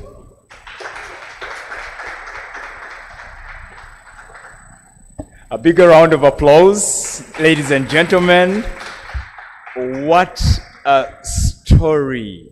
Oh my God, what a time to be alive to receive such a testimony. Like we said in the beginning, we didn't know this was coming. It is one thing to announce you have a speaker in the house. It's another to receive the story. I am personally touched. It's been emotional. For me, you're my hero for today, Gloria. Miss Y+, Miss Women in Rising, upcoming honorable. A round of applause once again, ladies and gentlemen. She has given a very touching story that you want to identify with, and if you're going to leave this place less than being an ambassador of HIV, and then you're in the wrong place. The Uganda Law Society is an all-inclusive organization, and this is what we're talking about. We are so honored to have you here. We are so honored to identify with you. We are so touched by your story. But thank you for standing to the challenge. Thank you for excelling. 11 years. Picture yourself 11 years not knowing. It's emotional, but we're not going to stop at that. We're going to take the message that she has delivered. You've empowered over thousands of young people living with HIV. You've been across the board. You have spoken at radio level, TV, on Google, international level. You've advocated for hope and resilience. You've called us to contribute to the HIV response. Is your HIV status going to change? The answer is no. And if that's the case, then what happens? This is reflectionary. We want to identify with you, but we're going to identify you in the positive. HIV got nothing on you. Did you say that? HIV got nothing on you. Somebody say HIV got nothing on me. Again, HIV had nothing on me. HIV got nothing on me. Today we are going to stand with Gloria because she has opened up, and we have very many of such testimonies, and it's indeed the question that we want to ask ourselves on how better to live when adjudged or found positive with HIV. She has also showed us that there's a difference between HIV and AIDS. We are going to learn, because this is the platform in which we learn, we interrogate, criticize, unapologetically and unfiltered. Today we have been unfiltered. We've presented one of the best testimonies you're going to ever hear, given her rise from the start of being a little girl to her school days. Very, very touching testimonies, leaving school, senior 3, very, very hard, but she was a prefect. And I liked your move of taking those drugs in isolation. I used to use my opportunity to be a prefect to read, because you are undisturbed. Yours was very strategic, and the head girl that you have been in different institutes and schools just shows that you're a blessed girl. You're a blessed lady, and may the Lord continue to hold your hand as you advocate for hope and resilience. We have personally gotten people to listen in just because you were coming. We have members that are sending messages, and they're seeing you, they're following you, and they would like as well to identify with you even beyond this platform. So may you be encouraged. UCU is one of the best universities. UCU is one of the best universities. We appreciate that you want to raise it higher than any other university. You're entitled to your opinion. We shall leave that at that. But the fact that you were able to fight that stigma, you're able to rise above the challenge and excel in your academics. We have very many stories of people that have not made it out of school for either reasons of health and or reasons of stigma. I have been subjected to medication for 4 months as well, sometime over a decade ago. It was not a good experience. I was roughed up by thugs around 2014, and I ended up in Mulago for over 2 months. I took those drugs, and there were quite a number of drugs, around 14 tablets every few hours. I can only imagine what you're going through for yours that has been years on end, and we can only sympathize. But we are so happy to see you here, beautiful as you are, like you've said. We are believing that your testimony is going to make a difference. Your testimony is going to touch people. Your testimony is going to touch lawyers to be ambassadors of HIV and make the world a better place, because we are commemorating, remembering, reflecting, and anticipating the future. However, the questions that you have raised and your testimony is leading us to a very critical further discussion by the next speakers, who are very senior citizens, very established experts in the field of HIV and AIDS. And we want to ask our questions, the questions that Gloria left us pondering. Why isn't there a cure up to now? We have put in so much effort. TASO has been spoken about for years on end. The doctors before us have been on this thing. They have researched for a very long time, but people are still asking, where is the cure?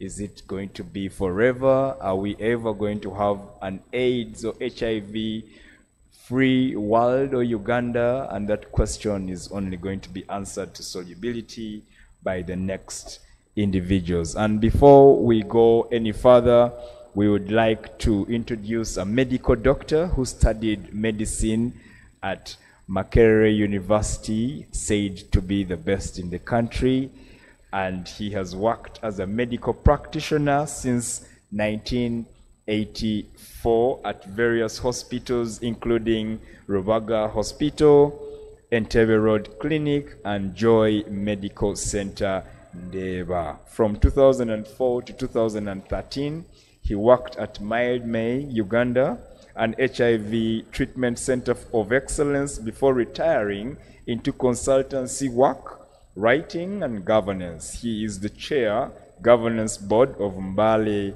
Regional Referral Hospital and a commissioner with Uganda AIDS Commission. That, of course, has been in touch with Gloria, so we are going to have a relationship re-established in here. And with hindsight, he thinks he got infected with HIV in 1986. Let's follow this. He thinks he got infected with HIV in 1986, early in his career as a doctor. Since 2000, he has been on ARVs after going down with TB, cancer, and cryptococcal meningitis in 1999. His quality of life greatly improved while on ARVs, and he believes that HIV, though incurable, is manageable if treatment is accompanied with psychosocial support. He has authored 3 books. One is HIV and AIDS, 100 Commonly Asked Questions. The other is Conquering HIV and AIDS, My Personal Experience of Living with HIV. And finally, Aging Gracefully with HIV. He's a regular inspirational speaker on health, especially HIV and AIDS. Institutions such as the Parliament of Uganda, Action Aid International, Trade Fund, Tear Fund UK, and International Christian Medical and Dental Association, TASO Uganda, the Rotary Club, among others, have recognized him for his efforts in fighting HIV and AIDS and the related stigma, of course. He is passionate about stopping new HIV infections, AIDS-related deaths, and eliminating stigma associated with HIV. Ladies and gentlemen, with respect and humility, please welcome with me Dr. Stephen Watiti.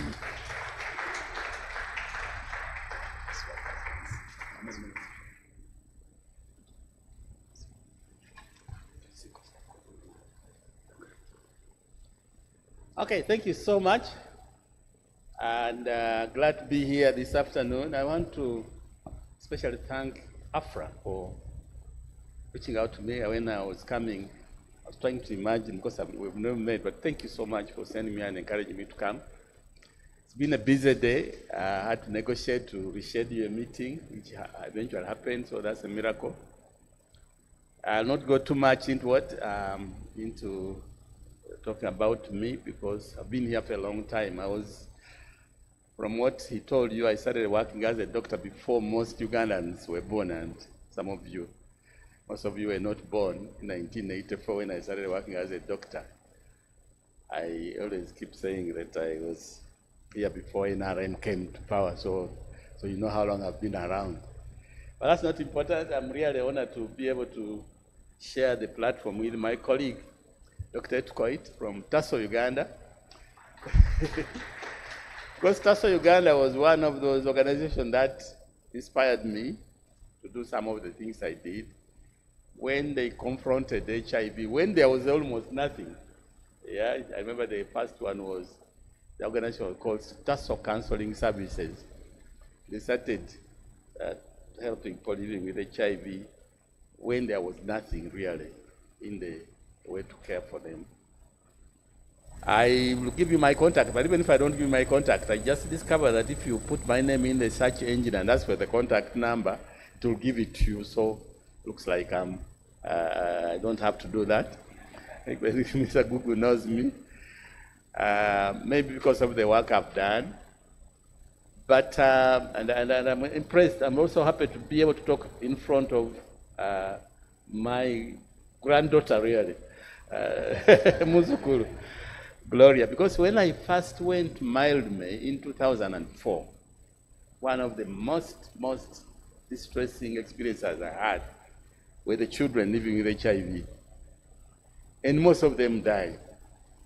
Most of them were dying. And I was trying to encourage them because at that time I had myself been taking medicine and I was improving. And so they asked many of the children, when you tell them, you saw the medicine, you can grow up. They said, can I be a doctor like you? Can I be a policeman? Can I be a politician? And now to see her trying to be an MP, it is amazing. I know our elections are very cruel. I've been there myself. I tried to become an MP, and I didn't. That's why I'm here. And regardless of the outcome of the elections, I know your way up is very clear. You can still do a lot. You're going to do a lot. I'm praying for you, of course. But today I come here. I'm not a practicing medical officer currently. If you go to the line of people who are practicing medicine in Uganda, the people who are registered by the Uganda Medical Association, I'm not there because I'm not one. I don't have a clinic. I chose that purposefully after working since 1984. In 1993, when I turned 60, I chose to retire. Although I had a very good job, I was clinic manager at Mildmay, having a very good job, salary. I went and handed in. I wanted to be a bit free from employment. It wasn't very easy. I got depressed a bit for some time. You cannot believe it, but one time I would wake up and drive, then I realized, oh, I resigned. I had to go back home. Catch myself going to the place because I'd been there. But God is amazing, because eventually I thought I could do something. So I started writing, been writing a column in the New Vision since 2006. Mine is one of the longest columns there. It's called Towards Zero. It's titled Towards Zero every Monday. And in 1993, I also published this, 2013 rather, when I turned I think I got mixed up. 2013, when I turned 60, I published this book, some of the experiences, including the experience I tell you about working with children living with HIV. So somehow I thought, since I got infected when I was young, maybe I was about 35. Now that I'm 60, I think I qualified to say I have conquered it. I've lived longer than most Ugandans, because we are very few who are over 60. And then recently, when I turned 70, actually 71, I published another one. It's titled Aging Gracefully with HIV. As you can see, I'm doing well at 72. It's amazing. But when you read, like he told you, at one time I was quite sick. I went to Makerere, of course, which was the only university then. And when I went, they told us we were the cream of the cream. That who went to university were the cream of the country. And we who went to medical school were the cream of that cream. Cream la cream. So I was very proud. And the slogan by WHO was by Health for All by the year 2000. Ironically, in 2000 is when I was dying of those diseases which I has mentioned. In fact, there were more. I just mentioned those, but there were more other diseases which I had. I had TB, cancer, and meningitis, but I have others which I don't mention. But I'm here mainly because recently when we were being sworn in as commissioners, I'm a commissioner at the Uganda Commission, the president asked us that we should be the group that ends HIV being a threat to public health by 2030. There's what they call the Presidential Fast Track Initiative. You can find it if you put the Google search engine and find out what that means, PFTI. But it just means we should stop new infections. In Uganda, there are about 1.5 million people who are already infected. Gloria, as she has told you, is one of them, and I'm one of them. The majority of them will not tell you like that. And some of the most difficult to tell are the doctors. I think so. Followed by the lawyers. Very, very difficult to treat. And I was helping a prominent lawyer who was sending his driver to pick ARVs from the farthest part of Uganda. So you'd go and pick the ARVs from there in a box, bring them to Kampala. This lawyer would swallow them, of course wrongly, because he was not interfacing with the doctor to get instruction properly. Anyway, cut a long story short, the lawyer is no longer with us, he died. So then I looked at those ones. Of course, those are head-setted deaths. We want to stop new infections. The good thing is that most of you are not infected. Those who are watching online, and all of you sitting here, I know this from my experience, you are not infected. But as I know as I speak, I know some of you are saying, but I hope I'm one of them. You know what I'm talking about. I hope John is okay. You know John I'm talking about. I hope Mary is okay, because of the relationship you have. So you said, I know I'm okay, but I hope John is okay. So those are the challenges. Then there are those of us who are already infected, like Gloria and I, whom we say you should not die. People are going to die anyway. Eventually you'll die, including you. Even if you die, all of us. Life is fatal. Nobody ever lives this life alive. But we are saying you should not die of AIDS. In 1999, when I was dying of AIDS, I was only 47. My wife had just passed on about a decade earlier. No, a few years earlier. Margaret died of AIDS. You can read about Margaret in my little book. She was a banker. Died of AIDS at 35. And when she died, they say God had called her. So I said, hey, but why is God calling so many Africans, including my wife when she's so young, living with a baby? So anyway, I knew I was going to die myself. So I started writing, not for publication, but I was writing for my child, who is now an adult and lives in the US. So I'm here to say in the next few minutes, I want to say something. I've told you about 0 new infections. Have you got it? Yes. We would like you not to be infected. Last year, there were about 2014, there were about 37,000 new infections. That means there were about 100 people who got infected with HIV. How many got infected per hour? You can find out. We would like you not to be on that list. You've got it. Don't be on that list. But now you go and find out your status now. Because you may be on that list, but you don't know. So now that you are not on that list, you go and find out your status. But when you find out your status, most of you will be negative. Don't assume that the person, special person like the other one of Gloria, is also the same status.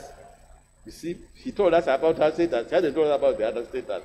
I know most of you are assuming he's also positive. Could be wrong, but she hasn't. So this is called discordance. Okay? So go and find out. Please today, lawyers are very decisive people, not so. I see you very brave, banging tables.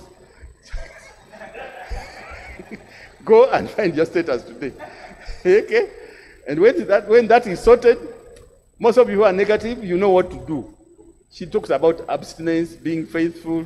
Now we even have the other one of being on ARVs like Gloria. Condom use, all those you know. You are learned people, you don't have to be told these things.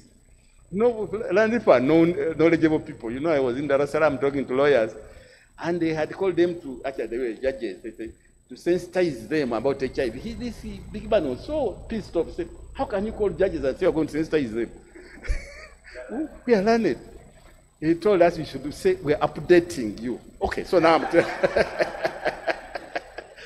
updating you about even some things you don't know, but I'm updating you. You go and find your status. And when you find your status, it will be so empowering. Look, you are negative, you are young. Oh, that's so empowering. Now, when you find you are positive, don't hang yourself like Gloria wanted to do at one time. You can be treated. That's why we brought Dr. Etukoi here. They are the experts.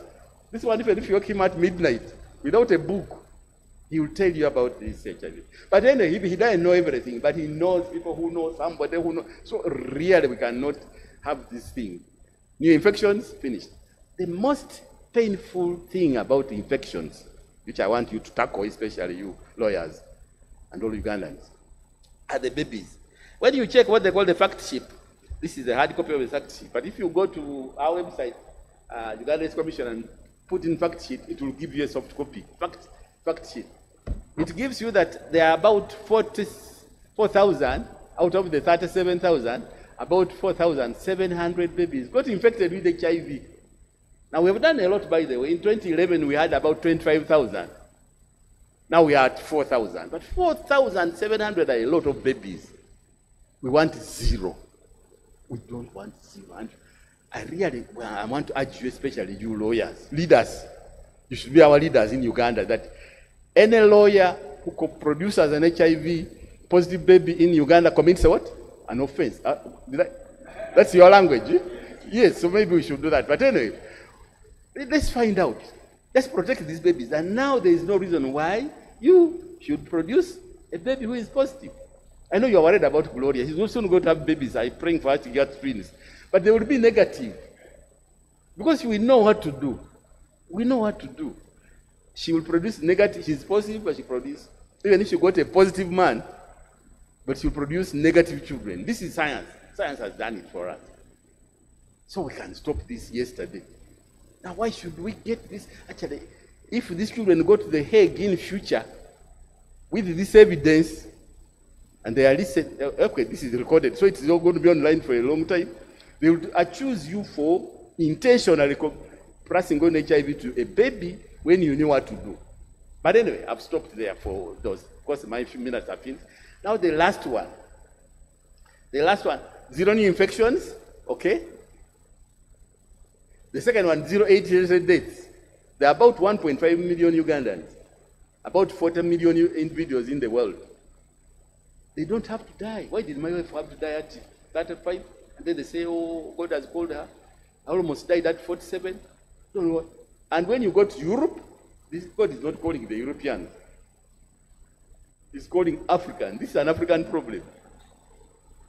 That's why Trump is even getting pissed off. He's sending some of us. Because we exported our problems there, but I don't agree with him. But he has a point, you got it. Why should we burden them? Now they have removed you in the money. That's what it will tell you. How we have to be. The Baganda say, Nanyinufu has to look for the money. Nanyinufu yakolachi, akwata waunyi. This money we've been using is 80% is from those people. Now we must get our own money. That's why we want Gloria to go there, so that she puts money there in the budget. Yes, so that I stay. Because I am very productive, very useful Ugandan, as you can see. And I pay taxes. So if I die, you will not collect those taxes. In fact, you will have to pay for my funeral, because you know it's very expensive to bury people in Uganda. But the last 0, which I want to finish with, which I want to encourage you, especially you learned friends, learned people, is ignorance. Ignorance. I am going to elaborate this. When I was growing up, there was an old man here called, he was not very old, but he died anyway. He was called Obote. He had 3 things. He was fighting Obwavu, Obutamanya, Nendwade. I knew it in Uganda. What does that mean? Poverty, ignorance, and disease. So these poverty alleviation programs have not started with NRM, by the way. Obote talked about it. But the poverty seems to be increasing. Everywhere I see it. Because of what? But I'm talking about ignorance. Now, the third 0, which is 0 discrimination, which is what I call enacted stigma. Stigma is that thing that makes people feel embarrassed, ashamed. Many Ugandans living with HIV can't tell you that they have the disease. Some of them, very prominent people, religious people, learned people, doctors, every group.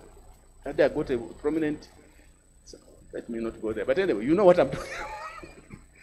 Ignorance. Now, stigma, and the enacted part of stigma, which is discrimination, pointing fingers, is based on myths, on misconceptions, on conspiracy theories, and have truth. Look, you should have seen me in 1999, 2000, when I was stigmatized. I was so timid. You see? I'm a locally. We're very brave, courageous people, but locally are. But I was so timid, I couldn't even give a testimony about how God was helping me. It took me long to regroup. When I regrouped, it's like I got a new set of glasses, started thinking differently. I was dreaming of death all the time. Now I don't dream of death at all. After all, why should I dream of something? Don't dream of death for me. I dream about seeing great people like I see. Last night I was imagining how Afra looks like. Now I've seen her, taken a photo with her. You know, these are new friends. I dream of making new friends, new colleagues. But what helped me is learning the facts about the disease. What causes it? How it's transmitted? What can do to help me now that I have it? Once I learned that, it was all done. I even went back and remarried. You see pictures of my new wife here, beautiful wife. We've been together years. We've been together for 20 years. We put our wedding on a Friday afternoon in the Old Saints. We invited the people, the church was full. Okay, we went to see people who are committing suicide, but I said, some of them have even died. A few died of AIDS. No, after that, they have died since 2004. Since 2004, I've written 3 books. Published my first book in 2008. It's no longer in print, 100 common life questions, because the question keeps changing. But every month I publish it. Then I publish this one. Then I publish this one. I've been so productive, and I don't fall sick. No, I don't. Okay, I get a few. I even got COVID, but people died, I didn't die. I was over 60. My lungs were so compromised. But some look, I survived even COVID. And I check every year, I'm cancer-free. That's why I thought I qualified to write about aging gracefully. If you bring a sample of Ugandans who are 70 and above, and we'll see, I can outrun most of them, especially those who drink alcohol and eat unhealthy. So what am I here to say, friends? I'm grateful that Uganda Law Society is commemorating World AIDS Day today. When we remember people who have succumbed to this disease, they have gone. We have lost over 2 million Ugandans. Worldwide, maybe over 40 million maybe have died. Then we remember people like Noanyaga and Watiti who are with it. So we pray, how do we support them? How do we encourage them not to do what? Not to die of this disease. But then secondly, not to infect others. And in fact now, that's why it's good to hear that. This is my last point. I want to stress especially to lawyers and Uganda Law Society to take up this. There is a law. There is a law now. The law books say that if you intentionally transmit HIV, you commit an offense. That if you have a relationship with one person and you don't tell them you're HIV positive, then you commit an offense. Maybe we should amend that one. If you know you're negative, but you have a sexual relation with somebody who's HIV status, you don't know, that should also be an offense, in my opinion. Because why should you be moving ignorantly when you know you are negative? It means you want to intentionally acquire HIV. I hope somebody, but anyway, seriously, this is a law which could be changed now, because especially if you are virally suppressed like her, even if she has unprotected sex with somebody who is negative, she cannot transmit HIV, because U is equal to U. That is science. And detective time is gone. As I finish, I want to encourage you to join the fight. Don't join the fight. This is when I talk in the fight, you start putting on combat. No. Start with you. Where you started. Know your status. And do the right things. There are only 2 options. You are positive or negative. If you are positive, or I'll see how to help you. If you are negative, if you are negative, you go and live. But then go further, help other people. This is what I want. One of the things I like about Gloria is that she seems to have a character which imprints on others. When she speaks, she seems to encourage so many young people. And I don't have time to do, but many people call me and say, can you get me like this person? I want to be like her. blah, blah, blah, blah. That's what we want for all Ugandans and all human beings. I don't have a lot of time, but you can read this book if you want. This is 35,000, this is 25. If you take both, I'll give you at 50. But if you send me a WhatsApp, a hi, on my WhatsApp number, which you know now, 0772 638466, I'll send you a link to get even the soft copy at a cheaper price. You can download on your gadget. I want to thank you, and thank you, Afra, and all others who sourced me. I'm glad to be able to link with you. I finish by bringing greetings from my chair, Dr. Ruth Senyonyi, Chair of the Board, Uganda Youth Commission, and wish you all a great, great celebration. God bless you. I think it's only right for me to do the right thing by giving these copies to him. He's a good man, and so I give him 3 copies. Oh, thank you. Thank you so much. The photographer is not here, but you have seen there's evidence. Adam. His friend. Adam, come and get this evidence that I donated to him. Then he's going to be the one to be my salesman for the rest of the books. Yes. Even if you don't have money, you can take copies and send mobile money. After all, you are lawyers, you will not tell, right? God bless you. This time is his, so this is not my time, but this is a very important photograph for me. Because this man is going up. Next time when he's the Chief Justice, he will remember me. Amen. Thank you.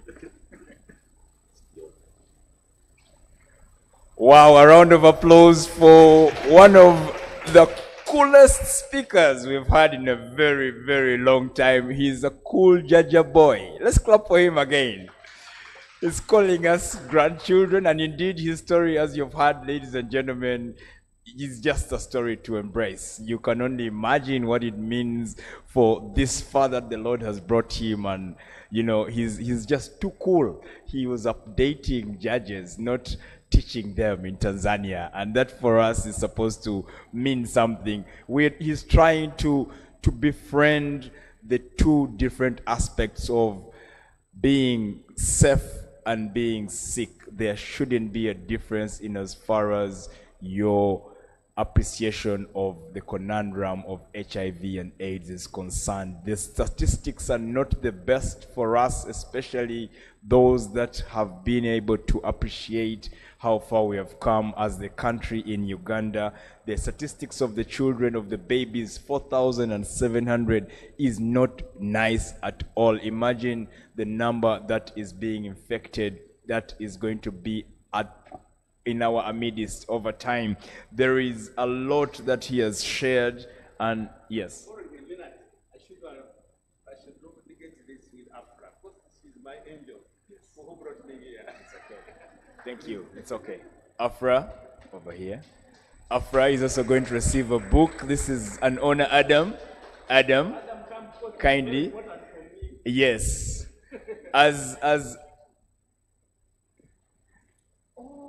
Yes, Afra is also saying she has been treated by doctor. Please say it. Many years ago. Oh, First things first. Yeah, what an honor to be in his presence. So cool. And these books are for sale, 35,000, ladies and gentlemen. As soon as But let her tell you her testimony first. share her testimony. Many years ago at Entebbe Road Clinic, I and my siblings were treated by Dr. Watiti. Thank you. It's an honor to meet you after all these years. Doctor, just know you've turned the vibe on. Now we want to know much more about HIV and AIDS. Gloria set the pace, but you've hiked it, and we are very excited about the topic. We have gotten more knowledge, and we have appreciated the 3 zeros, the 0 new infections. We can be sure we are going to take that home. 0 AIDS deaths. We no longer want to see any deaths that are associated with AIDS.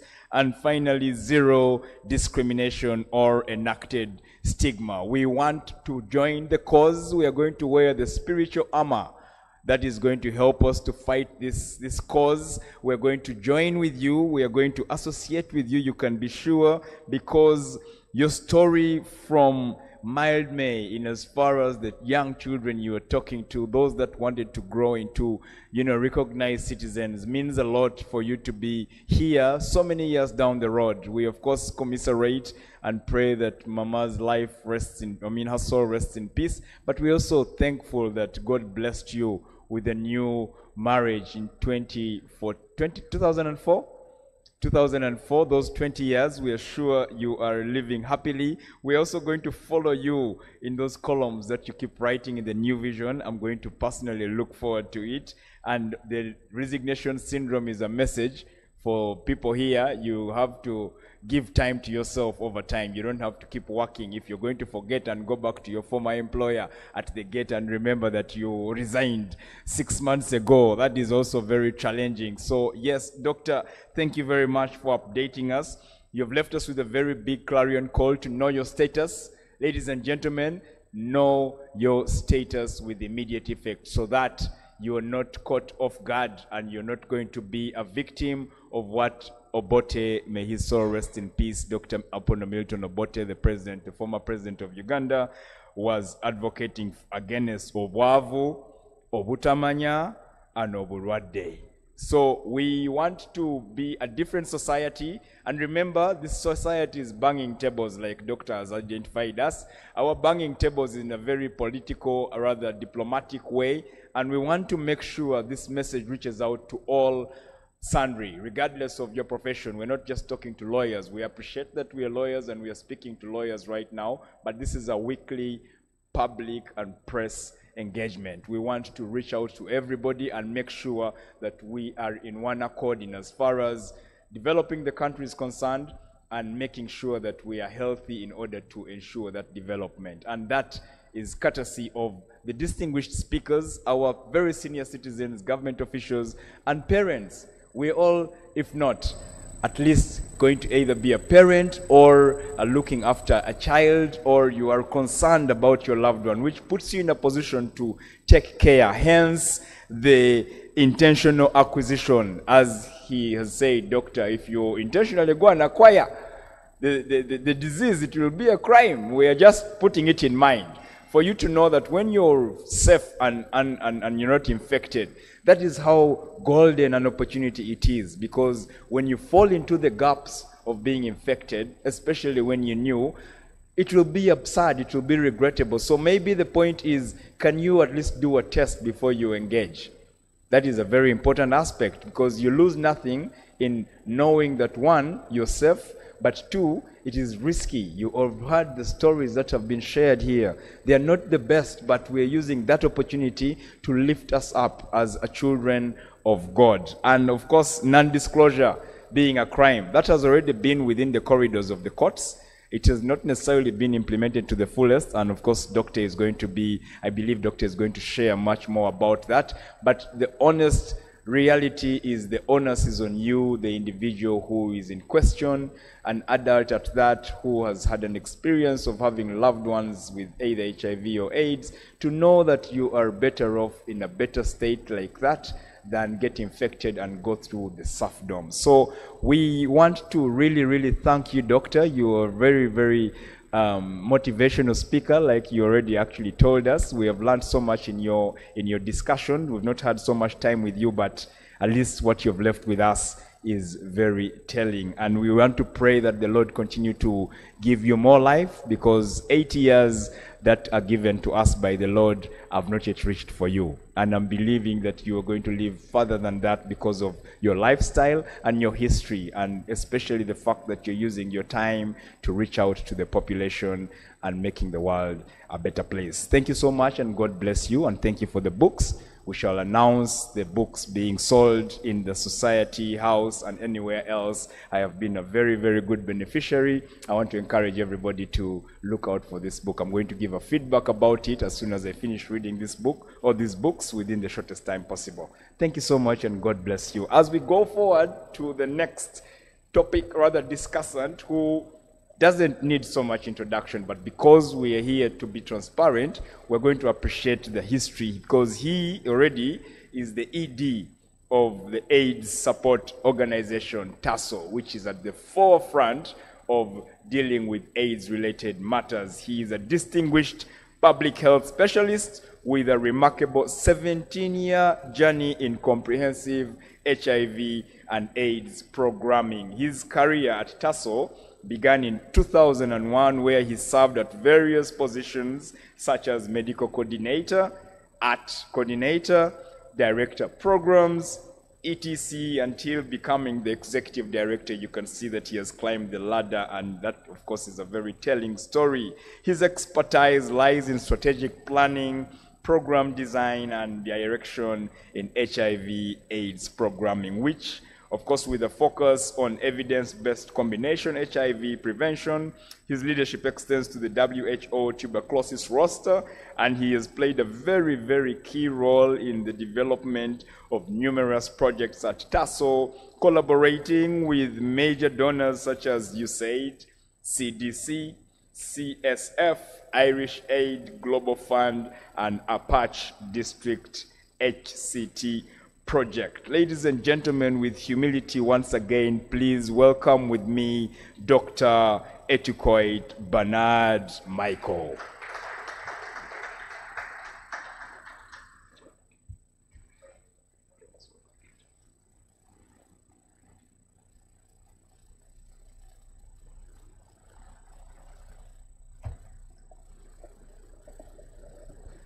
So a good afternoon to members of Uganda Law Society present here and those online.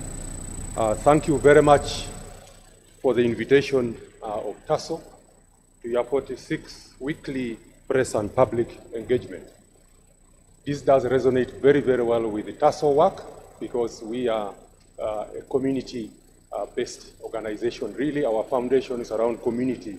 So these engagements is what we do every now and then. So we appreciate the invitation and are glad to be here. Thanks very much. Your testimonies and presentation from Gloria and Watiti. I have known Dr. Watiti as soon as I joined TASO. When I was I joined TASO in TASO Jinja, that's where I was. And the manager then is the current wife of Dr. Watiti. I remember he used to park his car at the offices, at our offices overnight. So first is World AIDS Day. World AIDS Day was first observed on the 1st December 1988. And it has been observed since then up to now. The purpose being, one, creating awareness about HIV/AIDS. Two is to remember those that we have lost to HIV/AIDS. There is generally no exception to this if you're Ugandan. You have either lost a relative, a friend, and somebody you know. The rite of passage to commemorating World AIDS Day as a tradition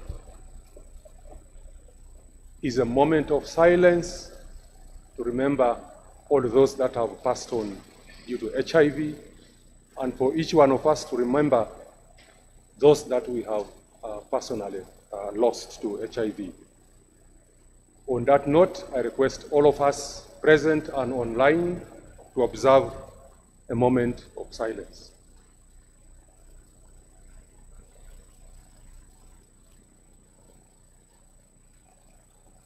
May their souls rest in peace.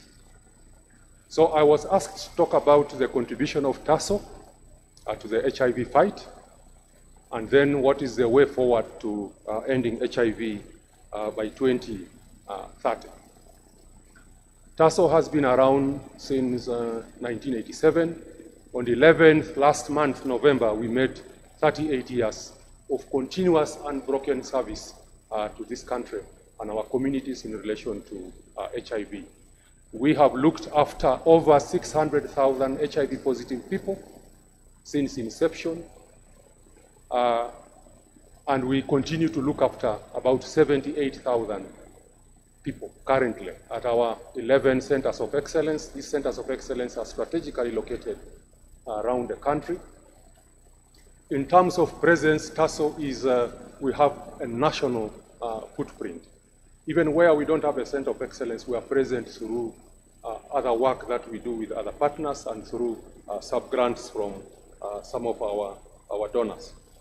Dr. Watiti has already mentioned we have about 1.5 million HIV positive people in this country. Of those 1.5 million, 1.4 million are on antiretroviral treatment.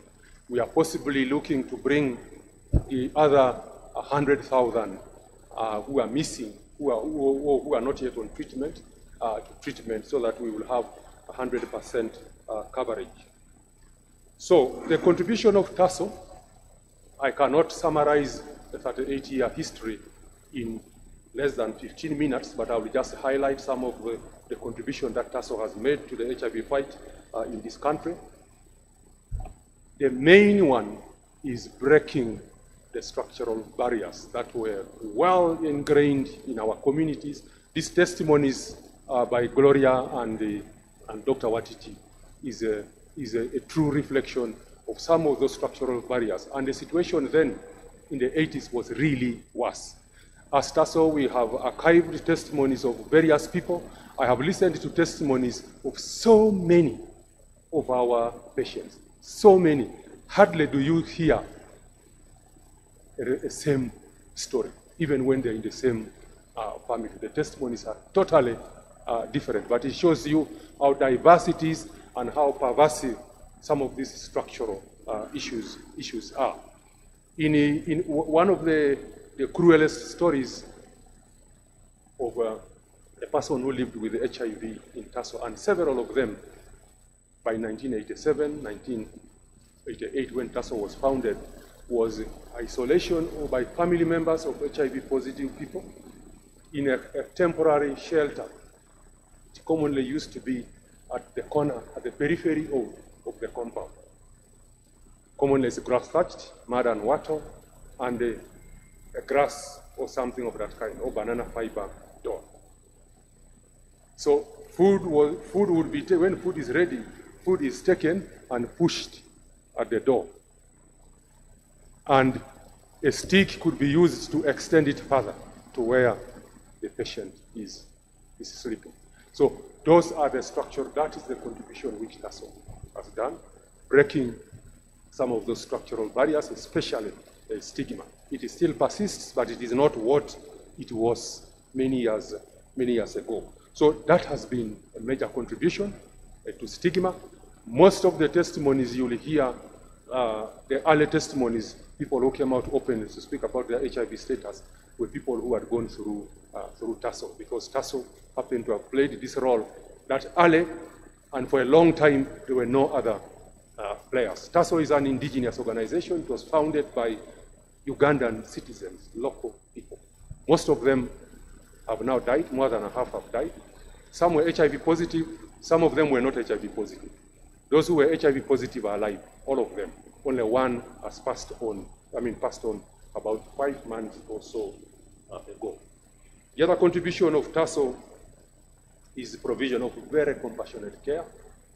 When you talk to people who have attended to TASO services, at least that time back then, you would appreciate the quality, the compassion, which was part and parcel of the services that TASO was providing.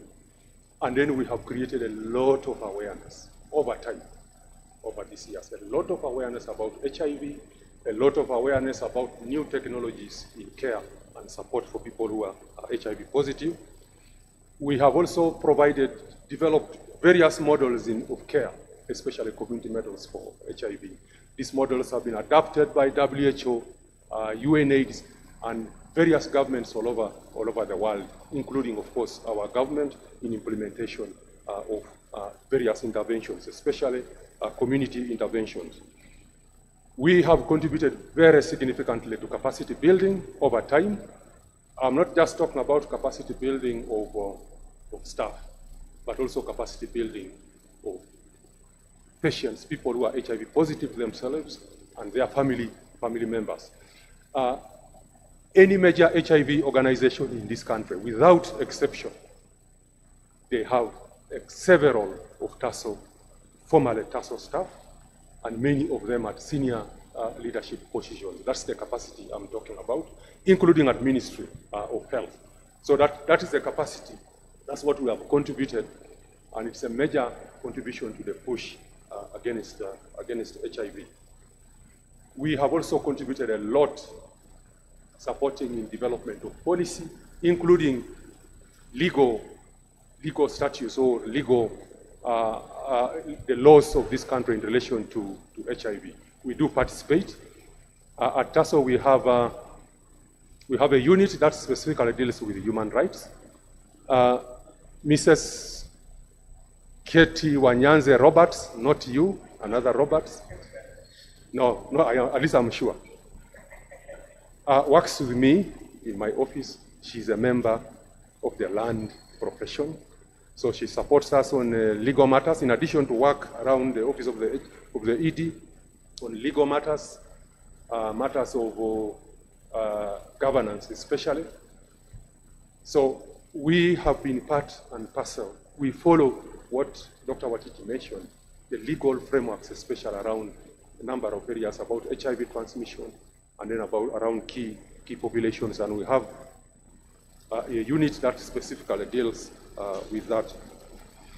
So our other major contribution, of course, is in community programming.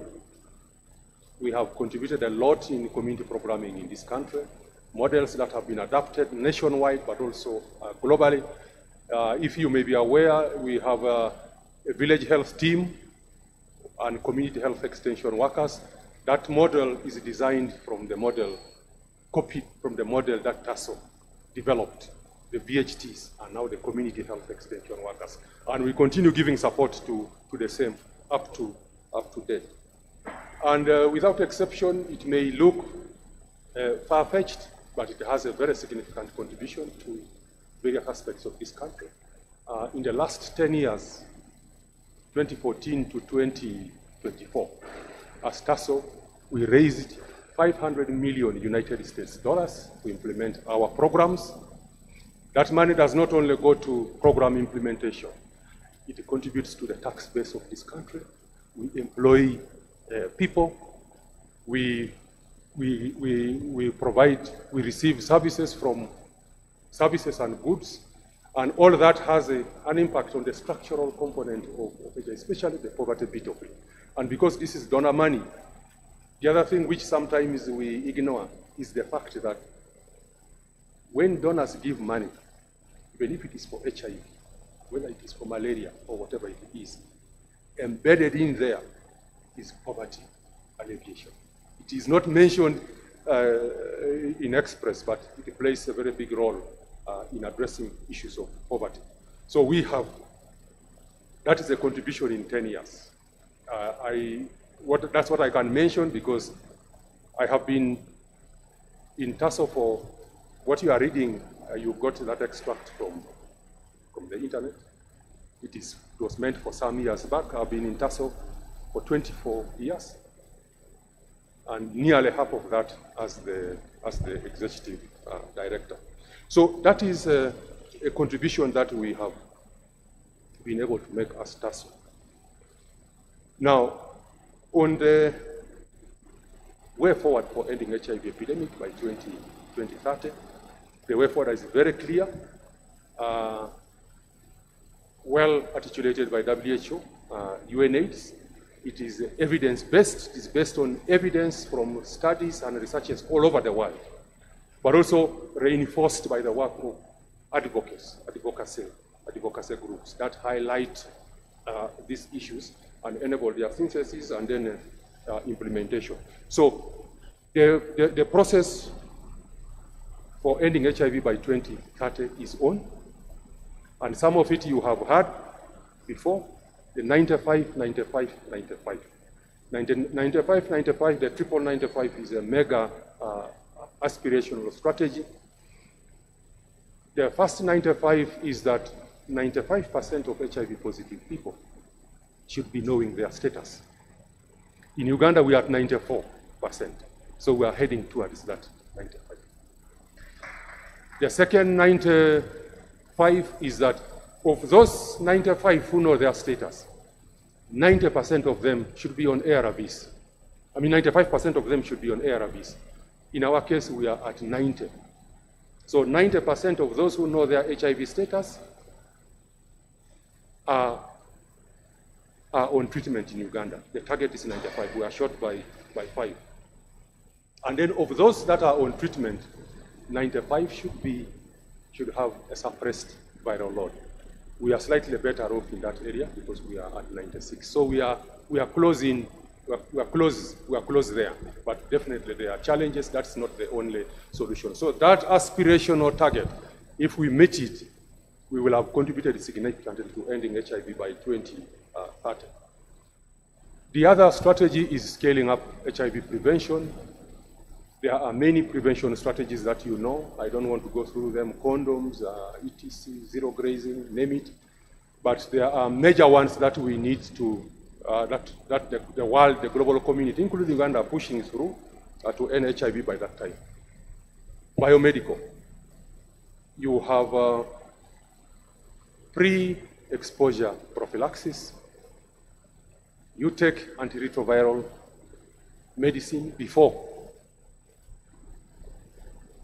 contact. That contact can be sexual, it could be otherwise. It's not necessarily, we all know transmission of HIV is not only through sex, heterosexual sex. There are other ways, including blood.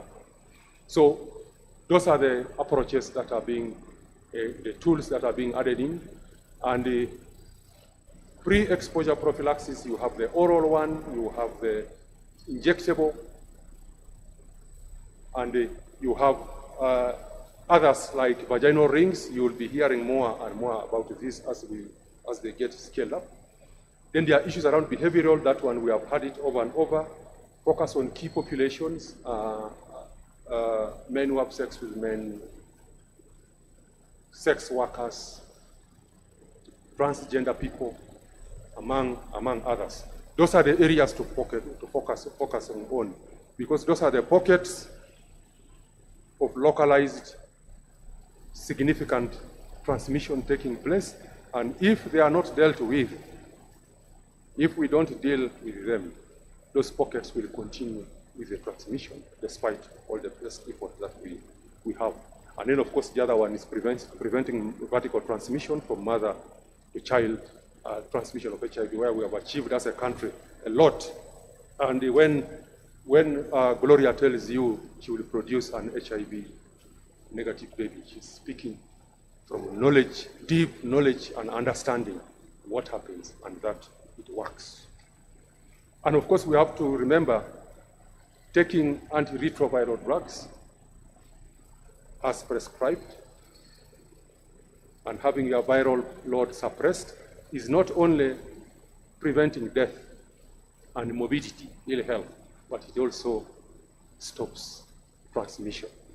You, what has been mentioned, you equals you. Undetectable, the viral load, if it is undetectable, then it is untransmissible. The issues with the HIV because of stigma is that sometimes we fail.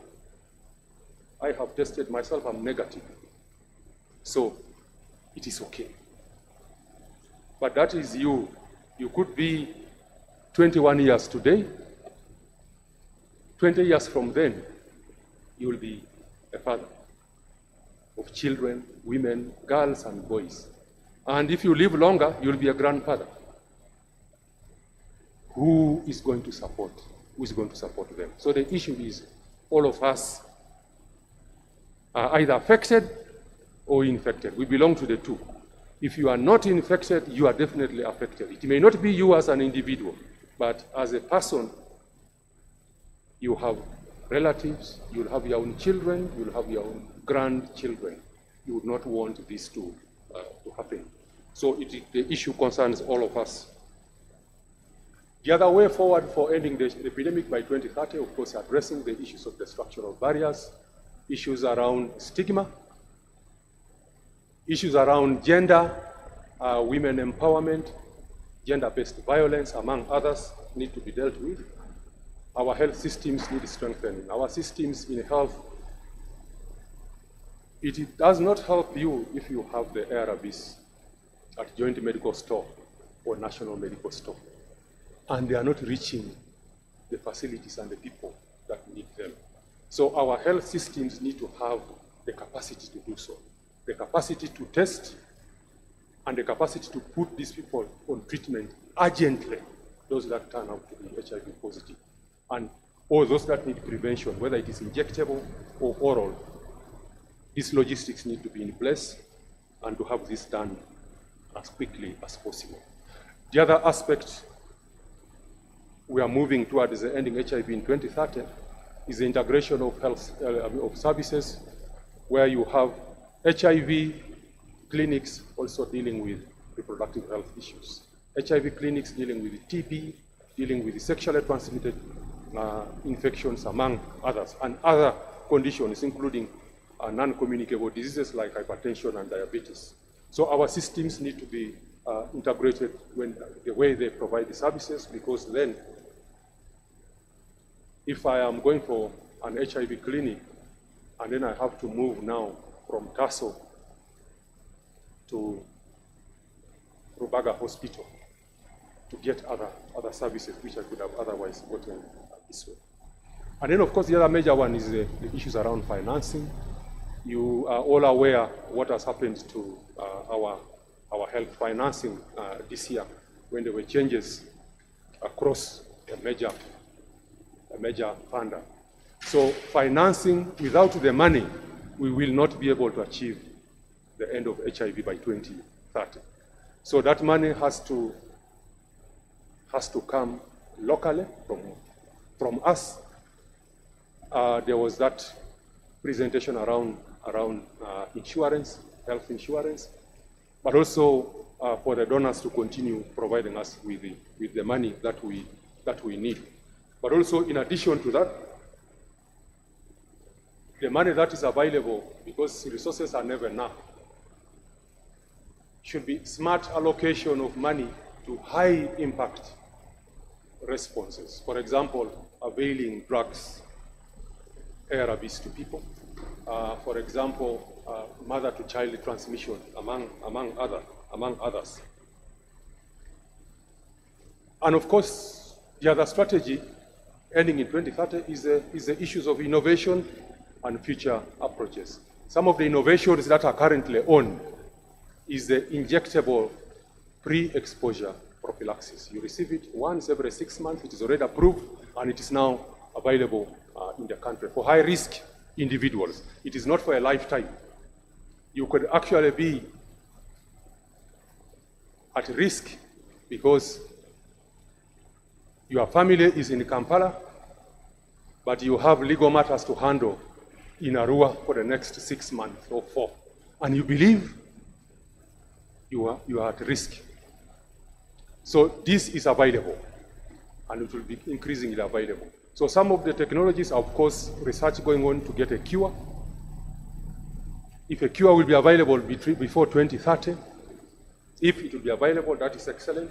There are also research and studies going on around a vaccine. So all that, the issue of innovation and future approaches are ways in which we look forward to ending the HIV epidemic by 2030, but also to deal with the other core epidemics, the other epidemics that go alongside HIV. TB is one of them. The other one is mental health, among others. So, in conclusion, for 2030 ending the HIV epidemic, is that we have to scale up what works. We know what works now. We have the evidence, we have the information. So that needs to be scaled up. Removing those structural barriers, stigma being one of them, gender-based violence, discrimination, especially for marginalized populations, and then sustaining the funding. And then, of course, strengthening our systems and then to continue with the innovations. So those are some of the areas that need to be addressed for us to be able to end this epidemic by 2030. 2030 doesn't mean, as I mentioned, it is an aspirational goal. It doesn't mean come 2030, no more HIV. But come 2030, the aim is by that time, it is no longer a public health threat. That is the goal. And being an aspirational goal, targets can shift. It could shift. There are others that have been shifted before. He did mention one of health for all by the year 2000. I think it was even abandoned. But we look forward to that. And there is genuine hope that it is possible. It is possible. It is not the situation we were in before. The antiretroviral drugs that we have now are not the type we had before. They are more effective, more efficacious, less side effect. And if in the future, because research is going on, when we also have injectable antiretroviral drugs, then you don't have to take the pills every day. You will get them at periodic intervals, maybe 2 months, an injection of 3 or 6. So when we get to that point, which is also very possible, just like there's an injectable one for preventing HIV, it's also possible now that we will get one for treatment. ARVs are injectable. So it is the possibility is there, but still a lot needs to be done to get to that point. So thank you very much. I appreciate your time.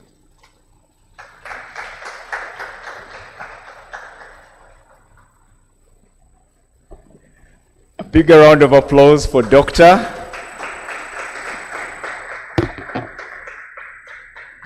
Doctor, we are very honored to have you in our presence, especially in this very active week where no one would expect you to be here. I mean, this is the busiest week I want to imagine for you, but there is no exception that you have showed us the meaning of what it means to do the work you're doing, and clearly you're showing us that you're not just seated, you have so much to do, even if you've really also showed us that there's a lot more to do. But today we want to take 3 catchwords: 1, awareness; 2, sensitization, in order to ensure compassion and care. So we're going to request us to repeat these words so that we live with them in our lips. Awareness. Together, let's just to awareness, sensitization, and compassion and care. Thank you so much. Ladies and gentlemen, we're coming to the tail end of this function, and I cannot say anything less than I have been blessed to become aware, to be sensitized, and to ensure that I take compassion and care out there to one either infected or affected, because that again means that each and all of us is in that category. You're either affected because of your relative, friend, in-law, or family member, or of course you are infected, and we are leaving this place knowing that infection has nothing on you, because it can be possible to live with, by, and through the disease. And we have heard very ably from 2 distinguished individuals with different capacities, different age brackets, one of possibility and the other of grace, where he's aging gracefully with the disease. And that doesn't mean that it's not possible, because he has climbed through glorious ladders of one day after another. And Doctor is here telling us the statistics I keep repeating are not nice. Let's be aware of that. And remember, we are all victims in one way or another. The statistics, 1.5 HIV positive people living in Uganda. And that is not a very good figure, but we are also sure that work is being done. They have a national footprint with 11 centers of excellence, and you can imagine They don't necessarily have to be in every district because we have over 140 districts, but elsewhere in districts that they are not, they are ably working with stakeholders and partners. We have also realized, as you know, the key aspect and objective to celebrate this day is, one, to create awareness and also remember the lives that have been lost. And thank you, Doctor, for taking us back to observe that moment of silence. It means the world to us. Eventually, as we continue to live, we get to be aware, and we're here learning from the best. The TASO contribution to the development of the country as well as the fight against the epidemic is commendable. We cannot have known all these things if we did not have your presence. We could not have known this if you had not come to open our eyes, and we want to really thank you from the bottom of our hearts. As the Uganda Law Society, we want to appreciate your effort and we want to commend you, but also want to recognize your work and commit to have relationship with you as we look forward to the 95-95-95 principle, in which we look towards helping you achieve the remainder of the 6%, because you say, no, 5%. There is 94% of HIV people. People should be knowing their status. You want 95%, you have 94%. That is a very good stride. Of the 95%, you want 95% of those to be on ARVs. You have 90 so far. We want to help you to climb that figure to 95%. And you've excelled in the last 95% who are on ARVs to be knowing the viral load, and you're on 96%. We're hoping that we can actually just up that game and make it better. You've taught us about the prevention. The ones that we always knew was ABC, abstinence, abstinence, yes? Can we mention them? Abstinence, yes? Being faithful, and condom use. Those are the basics, and we want to, let's not shy away from that. We have realized that you try to shy away, you fall in a ditch, and yet you have the right to practice that. Zero grazing, as we've said, is not the one of the farm. You have to make sure you are faithful and make sure you limit yourself from how much you get exposed. The biomedical of pre-exposure prophylaxis is something we want to continue to learn, and we want to invite you as TASO to interact with the Uganda Law Society. So as members, as we said, are 7,000, but we also have a platform that gives us a mandate to extend this awareness to the whole public. So you can be sure whenever you reach out to us, we shall reach out to the rest of the people, because we interact with these individuals either as clients or family-related people to clients, and therefore the opportunity. I had the chance in 2016 to work with VHTs in West Nile, in Moyo and Germany. I cannot say anything less than it's a big, big deal.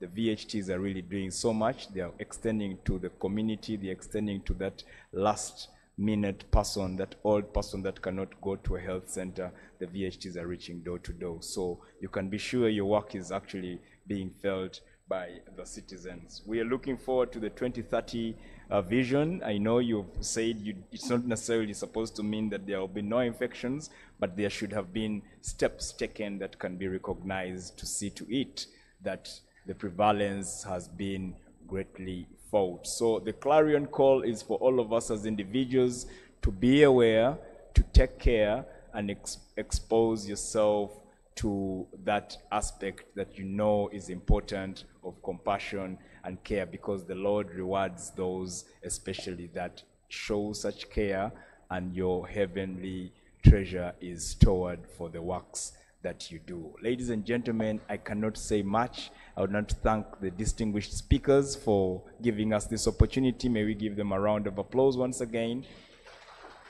And as we get to a close, of course, there's some few questions that we have with us. I know our time is fast spent, but it goes without saying that the public would love to hear from you, especially in regard to the questions that might not necessarily have been answered from the discussions that we have had.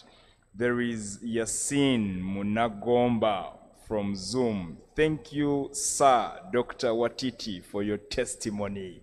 He's giving you flowers and would like to also thank you once again. Let's clap for Dr. Watiti. Yes, we have Mubiru Johnson. He is saying this has been the best Rnblive. A hand clap for ourselves, for you, the participants. And he's saying, Dr. Etukoit, please educate us about lenacapavir drug. The lenacapavir drug, which is said to be for HIV patients and is taken only twice a year. I hope you can record that, please. You'll be given the microphone to speak to that. Thank you, Mr. Mubiru Johnson, for the question. We have Businje Susan. Thank you so much, Ms. Businje, for reaching out. President Trump's closure of USAID scared the world. How bad has it affected access to ARVs in Uganda? I think that's a general question that we can each give a perspective and an opinion as the distinguished guests. She's asking how bad the closure of USAID has scared the world, one, but also how has it affected access to ARVs in Uganda.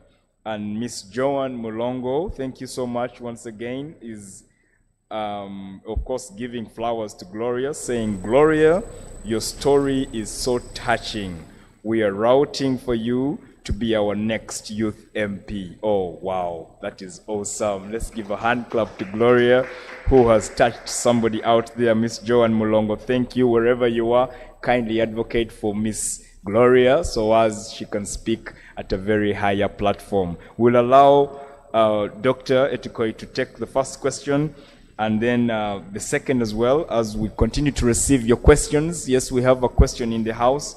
Will you ask after they've answered? Let them first take the first round. Doctor, that microphone can be activated if it's okay, or with the button. Yes. Okay. Yeah, so thank you very much, Mr. Mubiru, for the question around lenacapavir. Looks like you already have some information around it. So lenacapavir is an antiretroviral drug, meaning it is active against the HIV virus. So studies have been going on. One of the major studies was done here in Uganda. Actually, it was done by Makerere University Joint AIDS Program. Another study was done by TASO, but using different molecules. Now, the one which was done by MJAP, the lenacapavir, for the study that they conducted, it showed 100% efficacy, meaning 100% effectiveness in preventing a HIV negative person who has received this injection from contracting HIV. So this drug is very expensive, extremely expensive, and limited doses of available. Recently, the US government has also approved it as a strategy for ending HIV going forward. One of them preventing the transmission, especially for people who are at risk of contracting HIV. I did mention sex workers, men who have sex with men, transgender, but also other people in the population who may be at risk transiently. So for that time when they know they are at risk, they can begin, including discordant couples. USAID, how the effects of USAID funding have been USAID funding cut have been very deep in this country in terms of the response to HIV. But generally, there was a funding cut, there was a gap in between when there was no money available, limited work being done, people had to be laid off. Some of the strategies that were very useful are not being implemented. So a lot has happened since then. The situation is slowly getting better, but we will not get back to where we were before. But yes, the cuts are very significant and continue to ramify across the HIV prevention and treatment space in this country, but also the rest of the countries. Thank you. Thank you so much for that. Dr. Watiti, you had a question, if you remember it. I don't remember it. Are you able to repeat for me? I thought they were mainly at, I don't know which, I think it was a compliment, if I remember. A compliment, huh? It's a, yeah. Okay. I just wanted to say something about, of course, the question was about lenacapavir, but lenacapavir is being used for prevention. Yes. Like it's mentioned, given to especially part higher risk, and their categories, and they have identified them. So hopefully we can prevent, because now we know that if you're going to be exposed, like for example, people who are involved in sex work, yes, yeah, they risk. We know it. There are some legal issues there, but we know they are there. Yes, indeed. We see them, so we need to work with them to see that they don't get infected with HIV. Yes, indeed. But these are class of ARVs which are long-acting. Yes. Yeah, and there's one called cabotegravir, which is being used for treatment. Yes. ARVs can be used for treatment. They can be used for prevention. Like for example, when you give for PrEP. Now, lenacapavir is being given as PrEP. Yes. Pre-exposure prophylaxis. Yes. We are going to be exposed, and then we put medicine in you, then it can be able to block this. Thank you. There are some which are used as post-exposure prophylaxis, for example, in cases of rape, and I think this is important for all lawyers and law enforcement to know this, because rape is fairly common in our community. People, when they know this information, if somebody has been raped, yes, they should go to police. They should go to seek redress through the laws, but they should be able to use these medicines, because you have a small window of about 72 hours during which you can be protected. You can be raped, or have consensual sex, but you realize you have been exposed. It's important that you are put on PEP, post-exposure prophylaxis. This information was not there in the past, and a lot of infections could have been prevented. True. Now that we have this information, we want to use it. We want to use it and make sure that we prevent all new infections. For example, people who are in discordant relationships, you know, you fall in love, then you discover towards, this person is positive and I'm negative. Okay, you use condoms. Yeah, that's important. Yes. You put this person on ARV, suppress the viral load. That is called that's also prevention. But we are encouraging what we call combination prevention. You suppress the virus, but still you can use the PEP. The way we do prevention of theft, for example, you build a wall around your house, but you can put secanyolia also and hire a guard or dogs. This is combination prevention. Yes. This information is important, but and people should be able to access it, because a lot of infection could have been prevented. For example, now we are having a lot of women who are producing negative HIV positive children.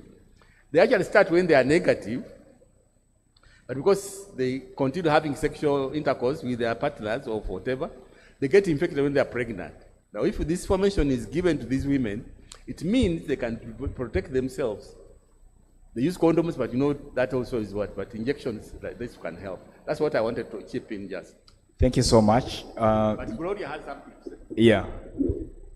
So just wanted to comment on lenacapavir.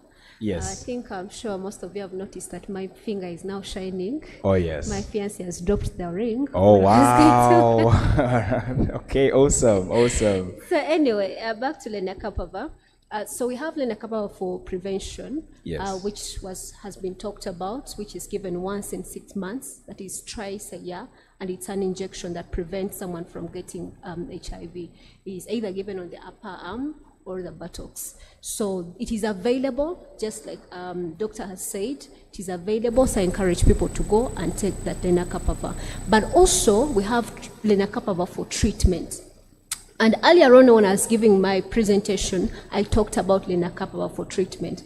As people living with HIV, we're also tired of taking medication every day, and we are advocating for long-term treatment. Yes. Just like you have had the long-term prevention, we Yes. also deserve to get the long-term prevention. So I advocate for a long-term Lena Kapava for treatment, so that we can also get an injection once in in 6 months. Yeah.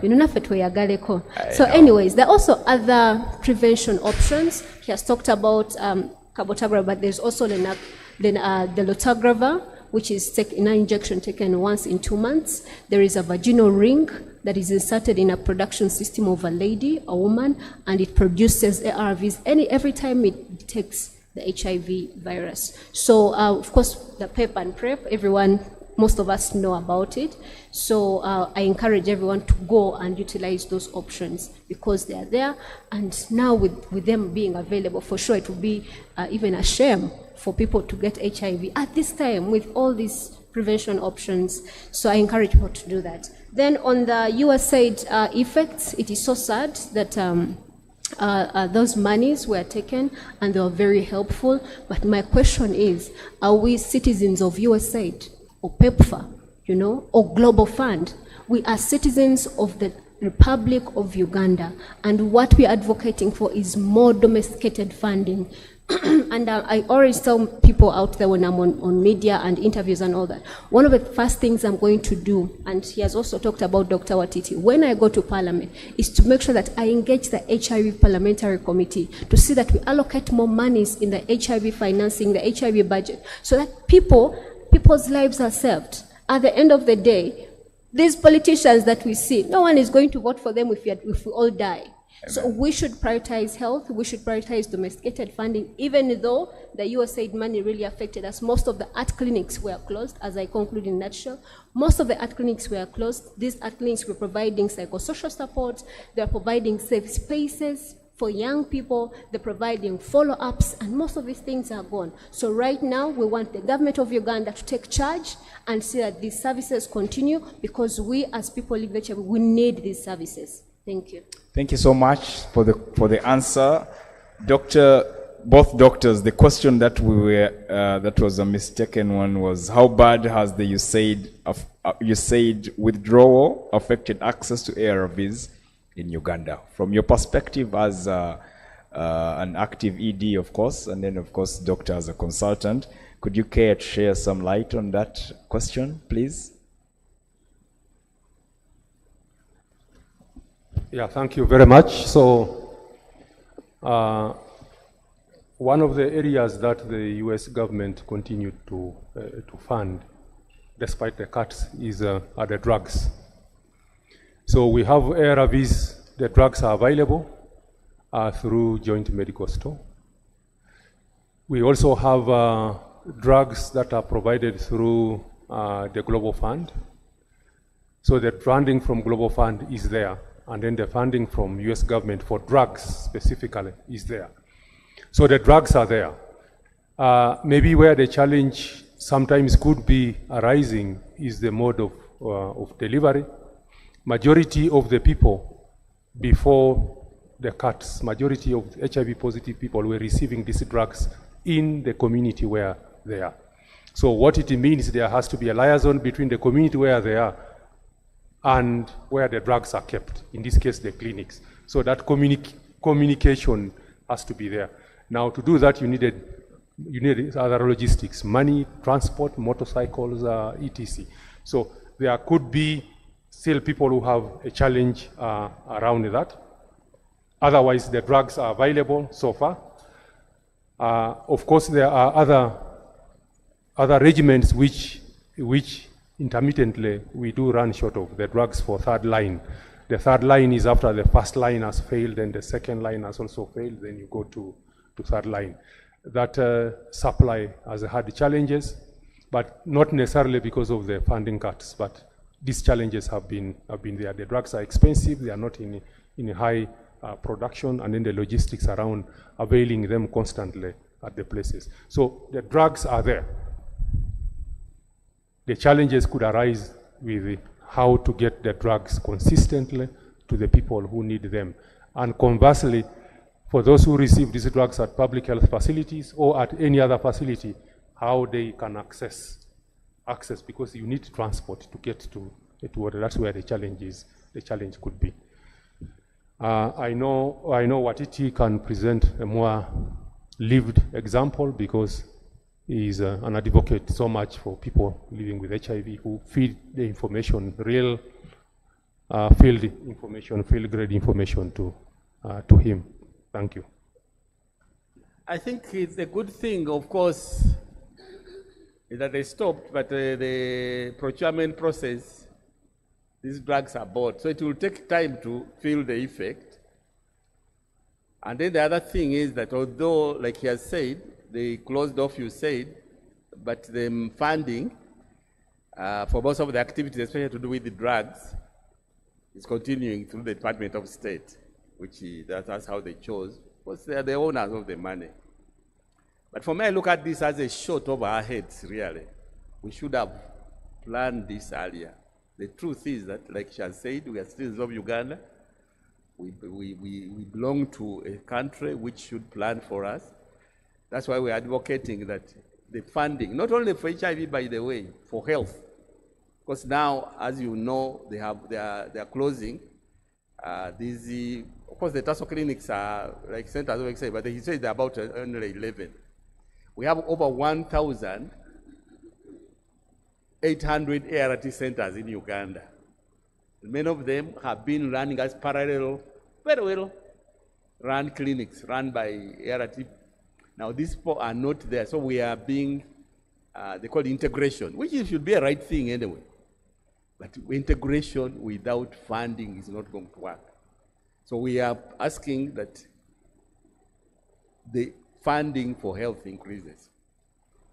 Funding for health increases. It's going to be tough. The good thing, though, is that we are at a good position. For example, when I started taking ARVs, there was no program, and I was paying about $500 a month to get ARVs. Now, with about 700 to 800,000 Uganda shillings, you can treat one person for a whole year. If you put this money multiplied by 1.5, it's a lot of money. A lot of money. But if we plan, we do. Like I said, it has not ended, but look, the Americans, the Europeans who are contributing to Global Fund are at war, and certainly the war is going to take some of the money, a lot of it. The Americans are themselves saying that, look, America first, and I think they are right. So I think we need to look at ourselves as a what? But it's not going to be easy unless we do what we do. For example, TASO has very good, many trained counselors. But these people are not employed. They are not going to be what? At these centers because they are not on the payroll for government services. Having said that, we are working hopefully that we are going to work. The good thing is that everybody sees ARVs work. I don't think anybody of us would like us to go back to the 90s when our people were dying, like he mentioned. Yeah, people are still dying, but what is killing now is other things are done. Most of them, like those who are dying, some of them are dying of cancers and others. But of course, we still have a lot of people who are dying, like AIDS-related. But we are in the right direction. What we are saying, which we repeat, is all of us need to advocate for improved funding for health if we are to win for this war. Thank you. Thank you. Thank you so much. Improved funding is what we're all looking for. We have one last question from in-house. We've run out of time.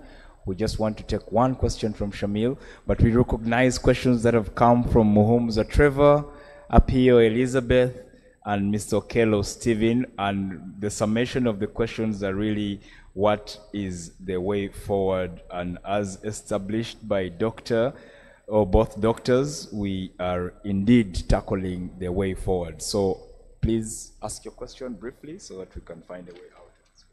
Okay, thank you so much. And indeed, this is one of the best Rnbs we have ever had. Thank you so much, doctors. I usually bash, but today it's very difficult to bash you people because really you've done a lot. But I still have to give some bashing. The good thing we have our dear honorable in the house. I've been looking for a perfect candidate. I think you are the one. Thank you. You talked about the suicide rates and levels. We are part of the affected people. We have had friends who have committed suicide for different reasons, HIV inclusive.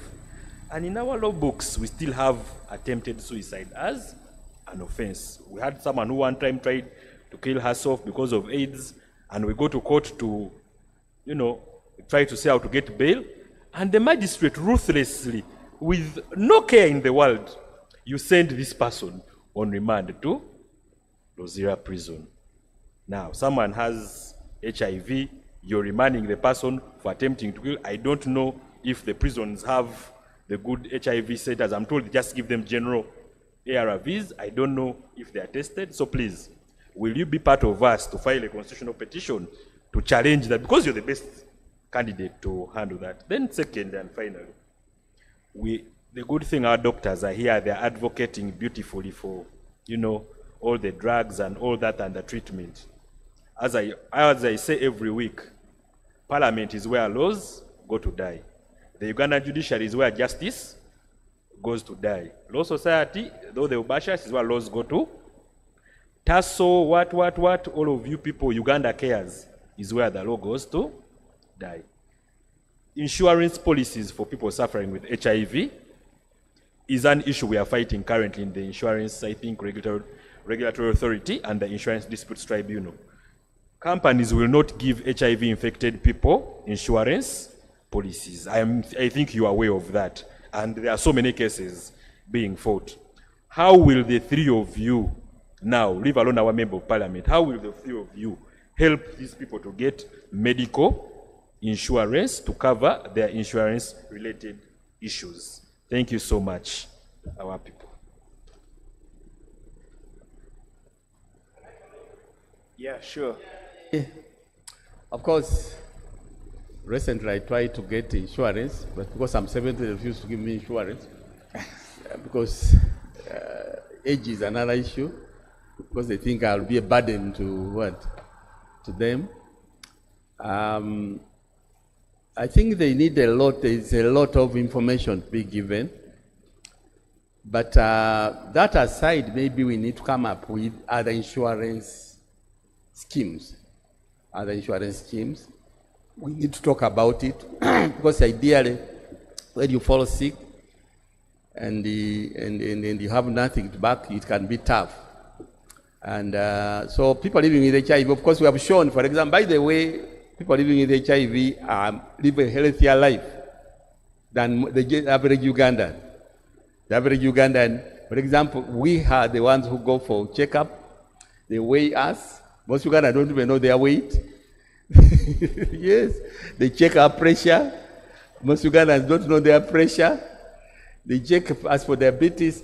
So these are the things that we need to forward. That when you do this, and then we don't just check, but we train these people how to avoid. For example, myself, I am hypertensive. And at one time I was on treatment for hypertension. But now, of course, I've managed changing my lifestyle. My diabetes, my blood pressure is normal without treatment. I manage it. I changed my lifestyle. I'm diabetic because of the medicine I use, but also because of my age. But again, my blood sugar is very well controlled. And sometimes I don't even need medication. I eat healthy. I exercise. Recently I started swimming to try and make sure that I keep healthy. So we could, because these people are in insurance for making money, but for me, my appeal is to the community. How do we should change them? By changing our lifestyles. Lifestyle change is not only for HIV, even for other diseases.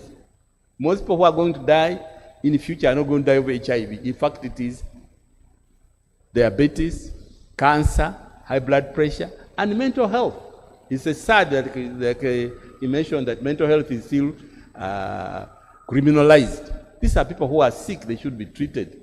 You see, they need treatment, not be taken to prison. But they say Rome was not built in a day.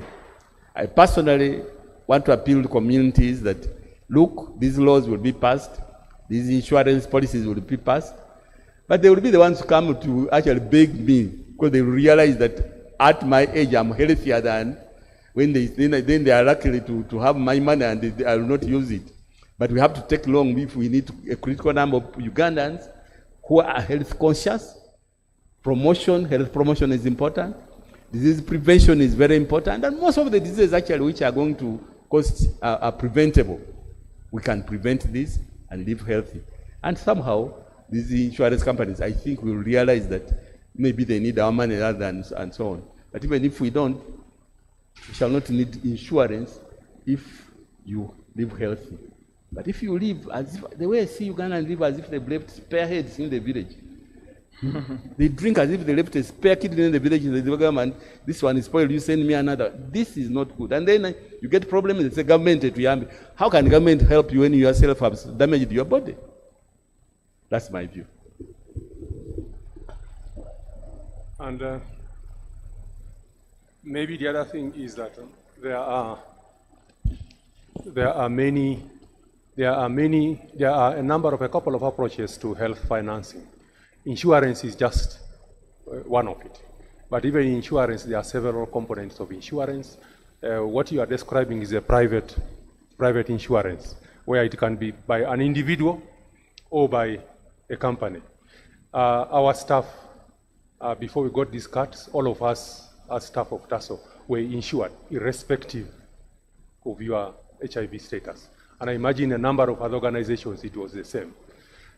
There are also the other possibilities for, other than private insurance, you have, of course, the social health insurance, which we have been grappling with as a country. So that option is there. There is the option of community-based health insurance, which, as TASO, we do have. Our clients have their own community-based health insurance scheme. But also for funding for health, you have the National Health Service, which depends on the taxpayers' money.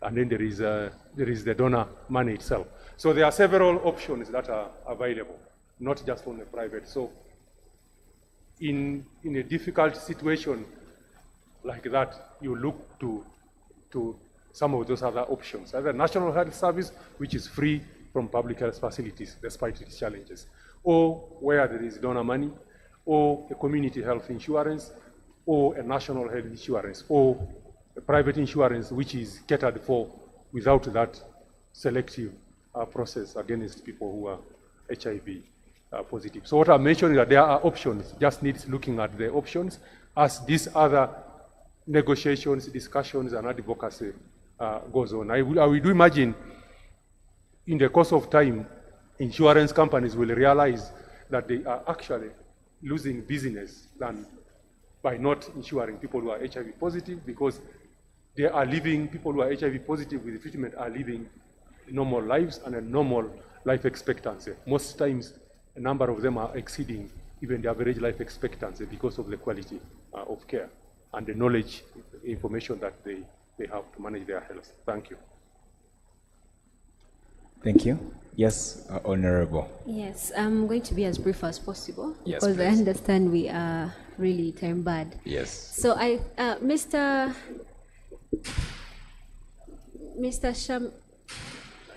Shamil, okay, Mr. Shamil, I'm one of the few HIV advocates who has actually taken some people to court because of the injustices that they are putting out there or they are causing on us. And a very good example is Pastor Sempa, Martin Sempa, who I took to court, Equal Opportunities Commission Tribunal, because of stigmatizing me on social media. And I'm happy that we went to the court session and we won the case.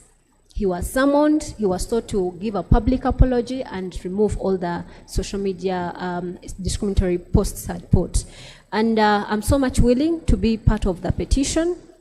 And it's so sad that there are so many people living with HIV having such, facing such injustice, because it's an injustice. Someone is already traumatized mentally that they want to kill themselves, and for you are remanding them in prison. It is really so sad.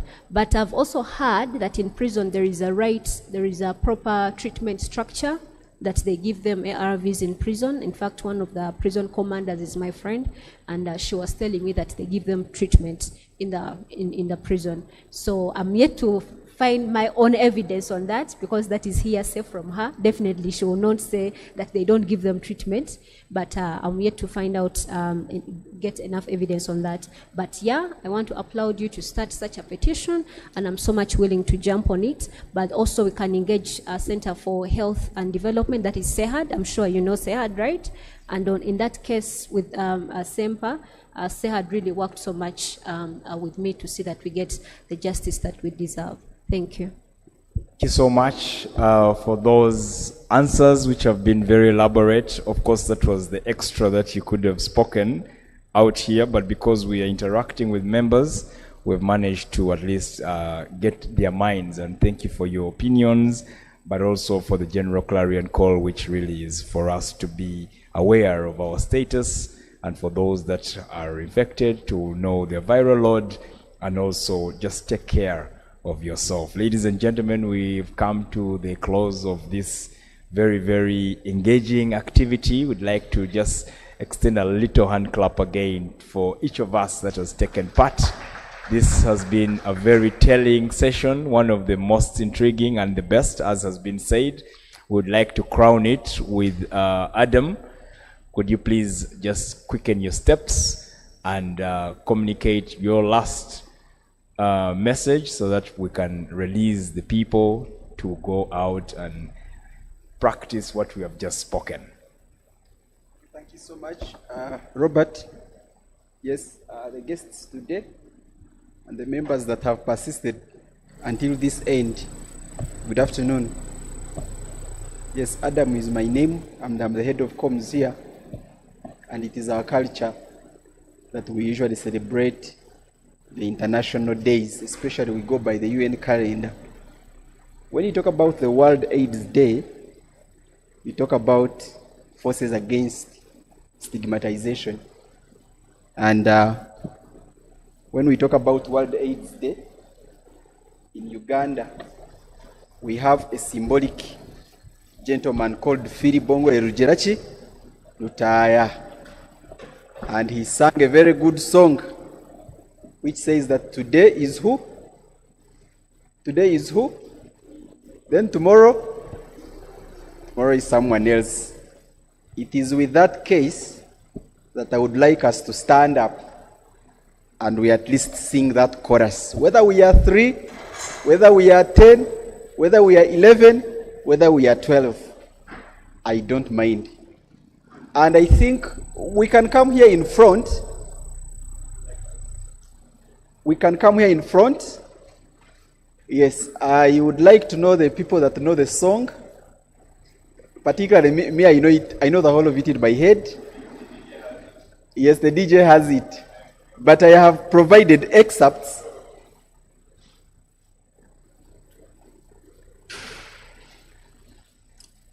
I have provided excerpts where we can all refer to, yes, a candle loses nothing by lighting another one. Yes, together all against the forces of stigmatization. Yeah. There is that chorus which I think all of us are going to sing. That one might be very easy. Today is we know the rhythm, isn't it? Yeah. But it's a very nice package of poetry. Yes, our guests, my basic degree is a degree in English literature, and I understand fine media. So I understand the powerful nature of poetry, and that chorus, as always, expounded very powerful emotions recollected into ability, which I think most of us have not been following up. Therefore, I want us to first read it mechanically, like we are reading a novel, then afterwards we sing. After what I said, what? We read. We begin from out there somewhere, and then we aim children of the world. Out there somewhere, 1, 2, 1, go. Out there. Oh.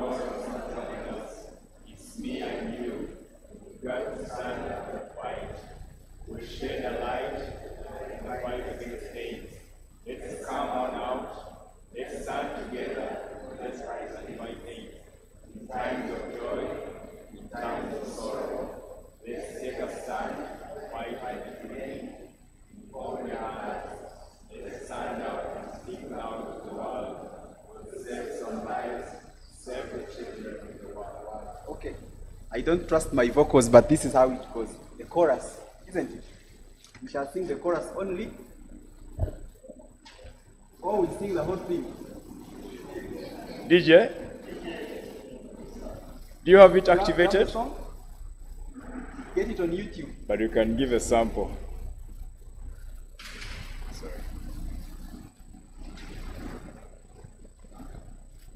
But I Get have it on YouTube. Aaron and Friday, Afro Brainer. That's YouTube. you can give a sample.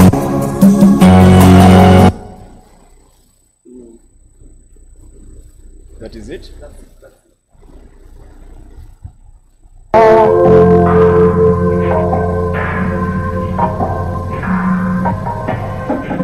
I wanted to put something down.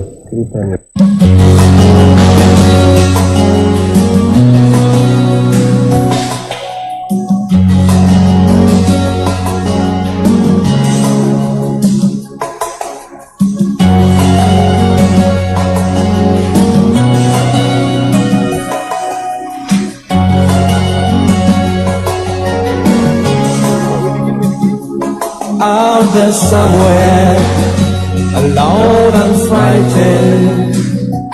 Oh, the darkness, the days are long. Life in hiding, now I'm making new contacts. No more loving arms thrown around my neck. Take my hand now, I'm tired of lonely. Give me love, give me hope. Don't desert me, don't reject me. All I need is love and understanding. Today is me, tomorrow someone else. It's me and you, we've gotta stand up and fight. We'll shed a light in the fire against space. Let's come on out, let's stand together, fighting. In times of joy, in times of sorrow, let's take a stand and fight on to the end. We open hearts, let's stand up and speak out to the world. We'll save some lives, save the children of the world.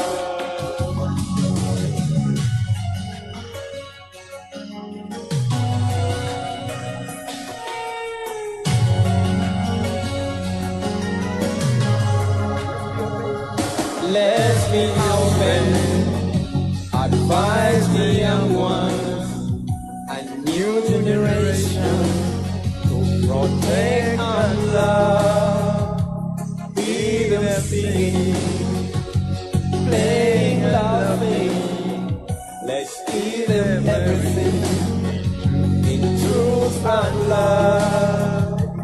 Take the message, cross the frontiers, break the barriers, we'll fight together.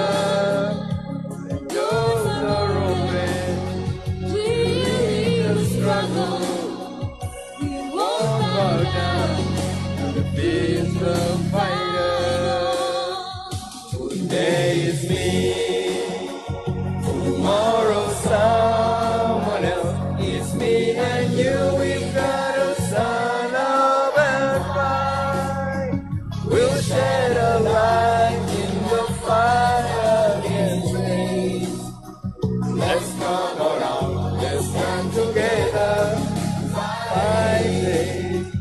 In times of joy, in times of sorrow, let's take a stand and fight up to the end. We open hearts, let's stand up and speak out to the world. We'll save some lives, save the children of the world.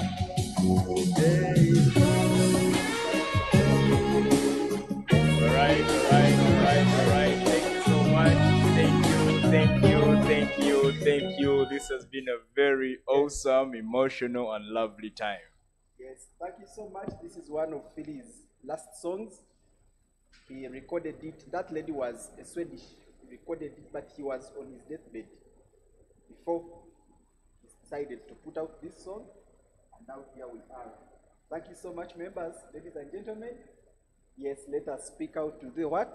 To the world. Today is me, tomorrow is someone else. Thank you so much, ladies and gentlemen. We've come to the tail end. We cannot thank you more, especially for participating in that very, very memorable song of one of the most outspoken victims of HIV/AIDS, who took it upon himself to come out and encourage all the others, whose lyrics we have realized have a lot of mentorship and awareness creation, which of course we can realize is what today we have just done using these distinguished guests. Ladies and gentlemen, we want to thank you. We want to ask that God bless you until we meet again next Thursday. We want to thank the council and the management of Uganda Law Society for the opportunity. But without saying much, we want to thank these distinguished dignitaries and these guests who have espoused us with knowledge, understanding, and joining and helping us appreciate that we have to join the cause. Thank you so much. Thank you, and thank you for God and my country. God bless you. Yes.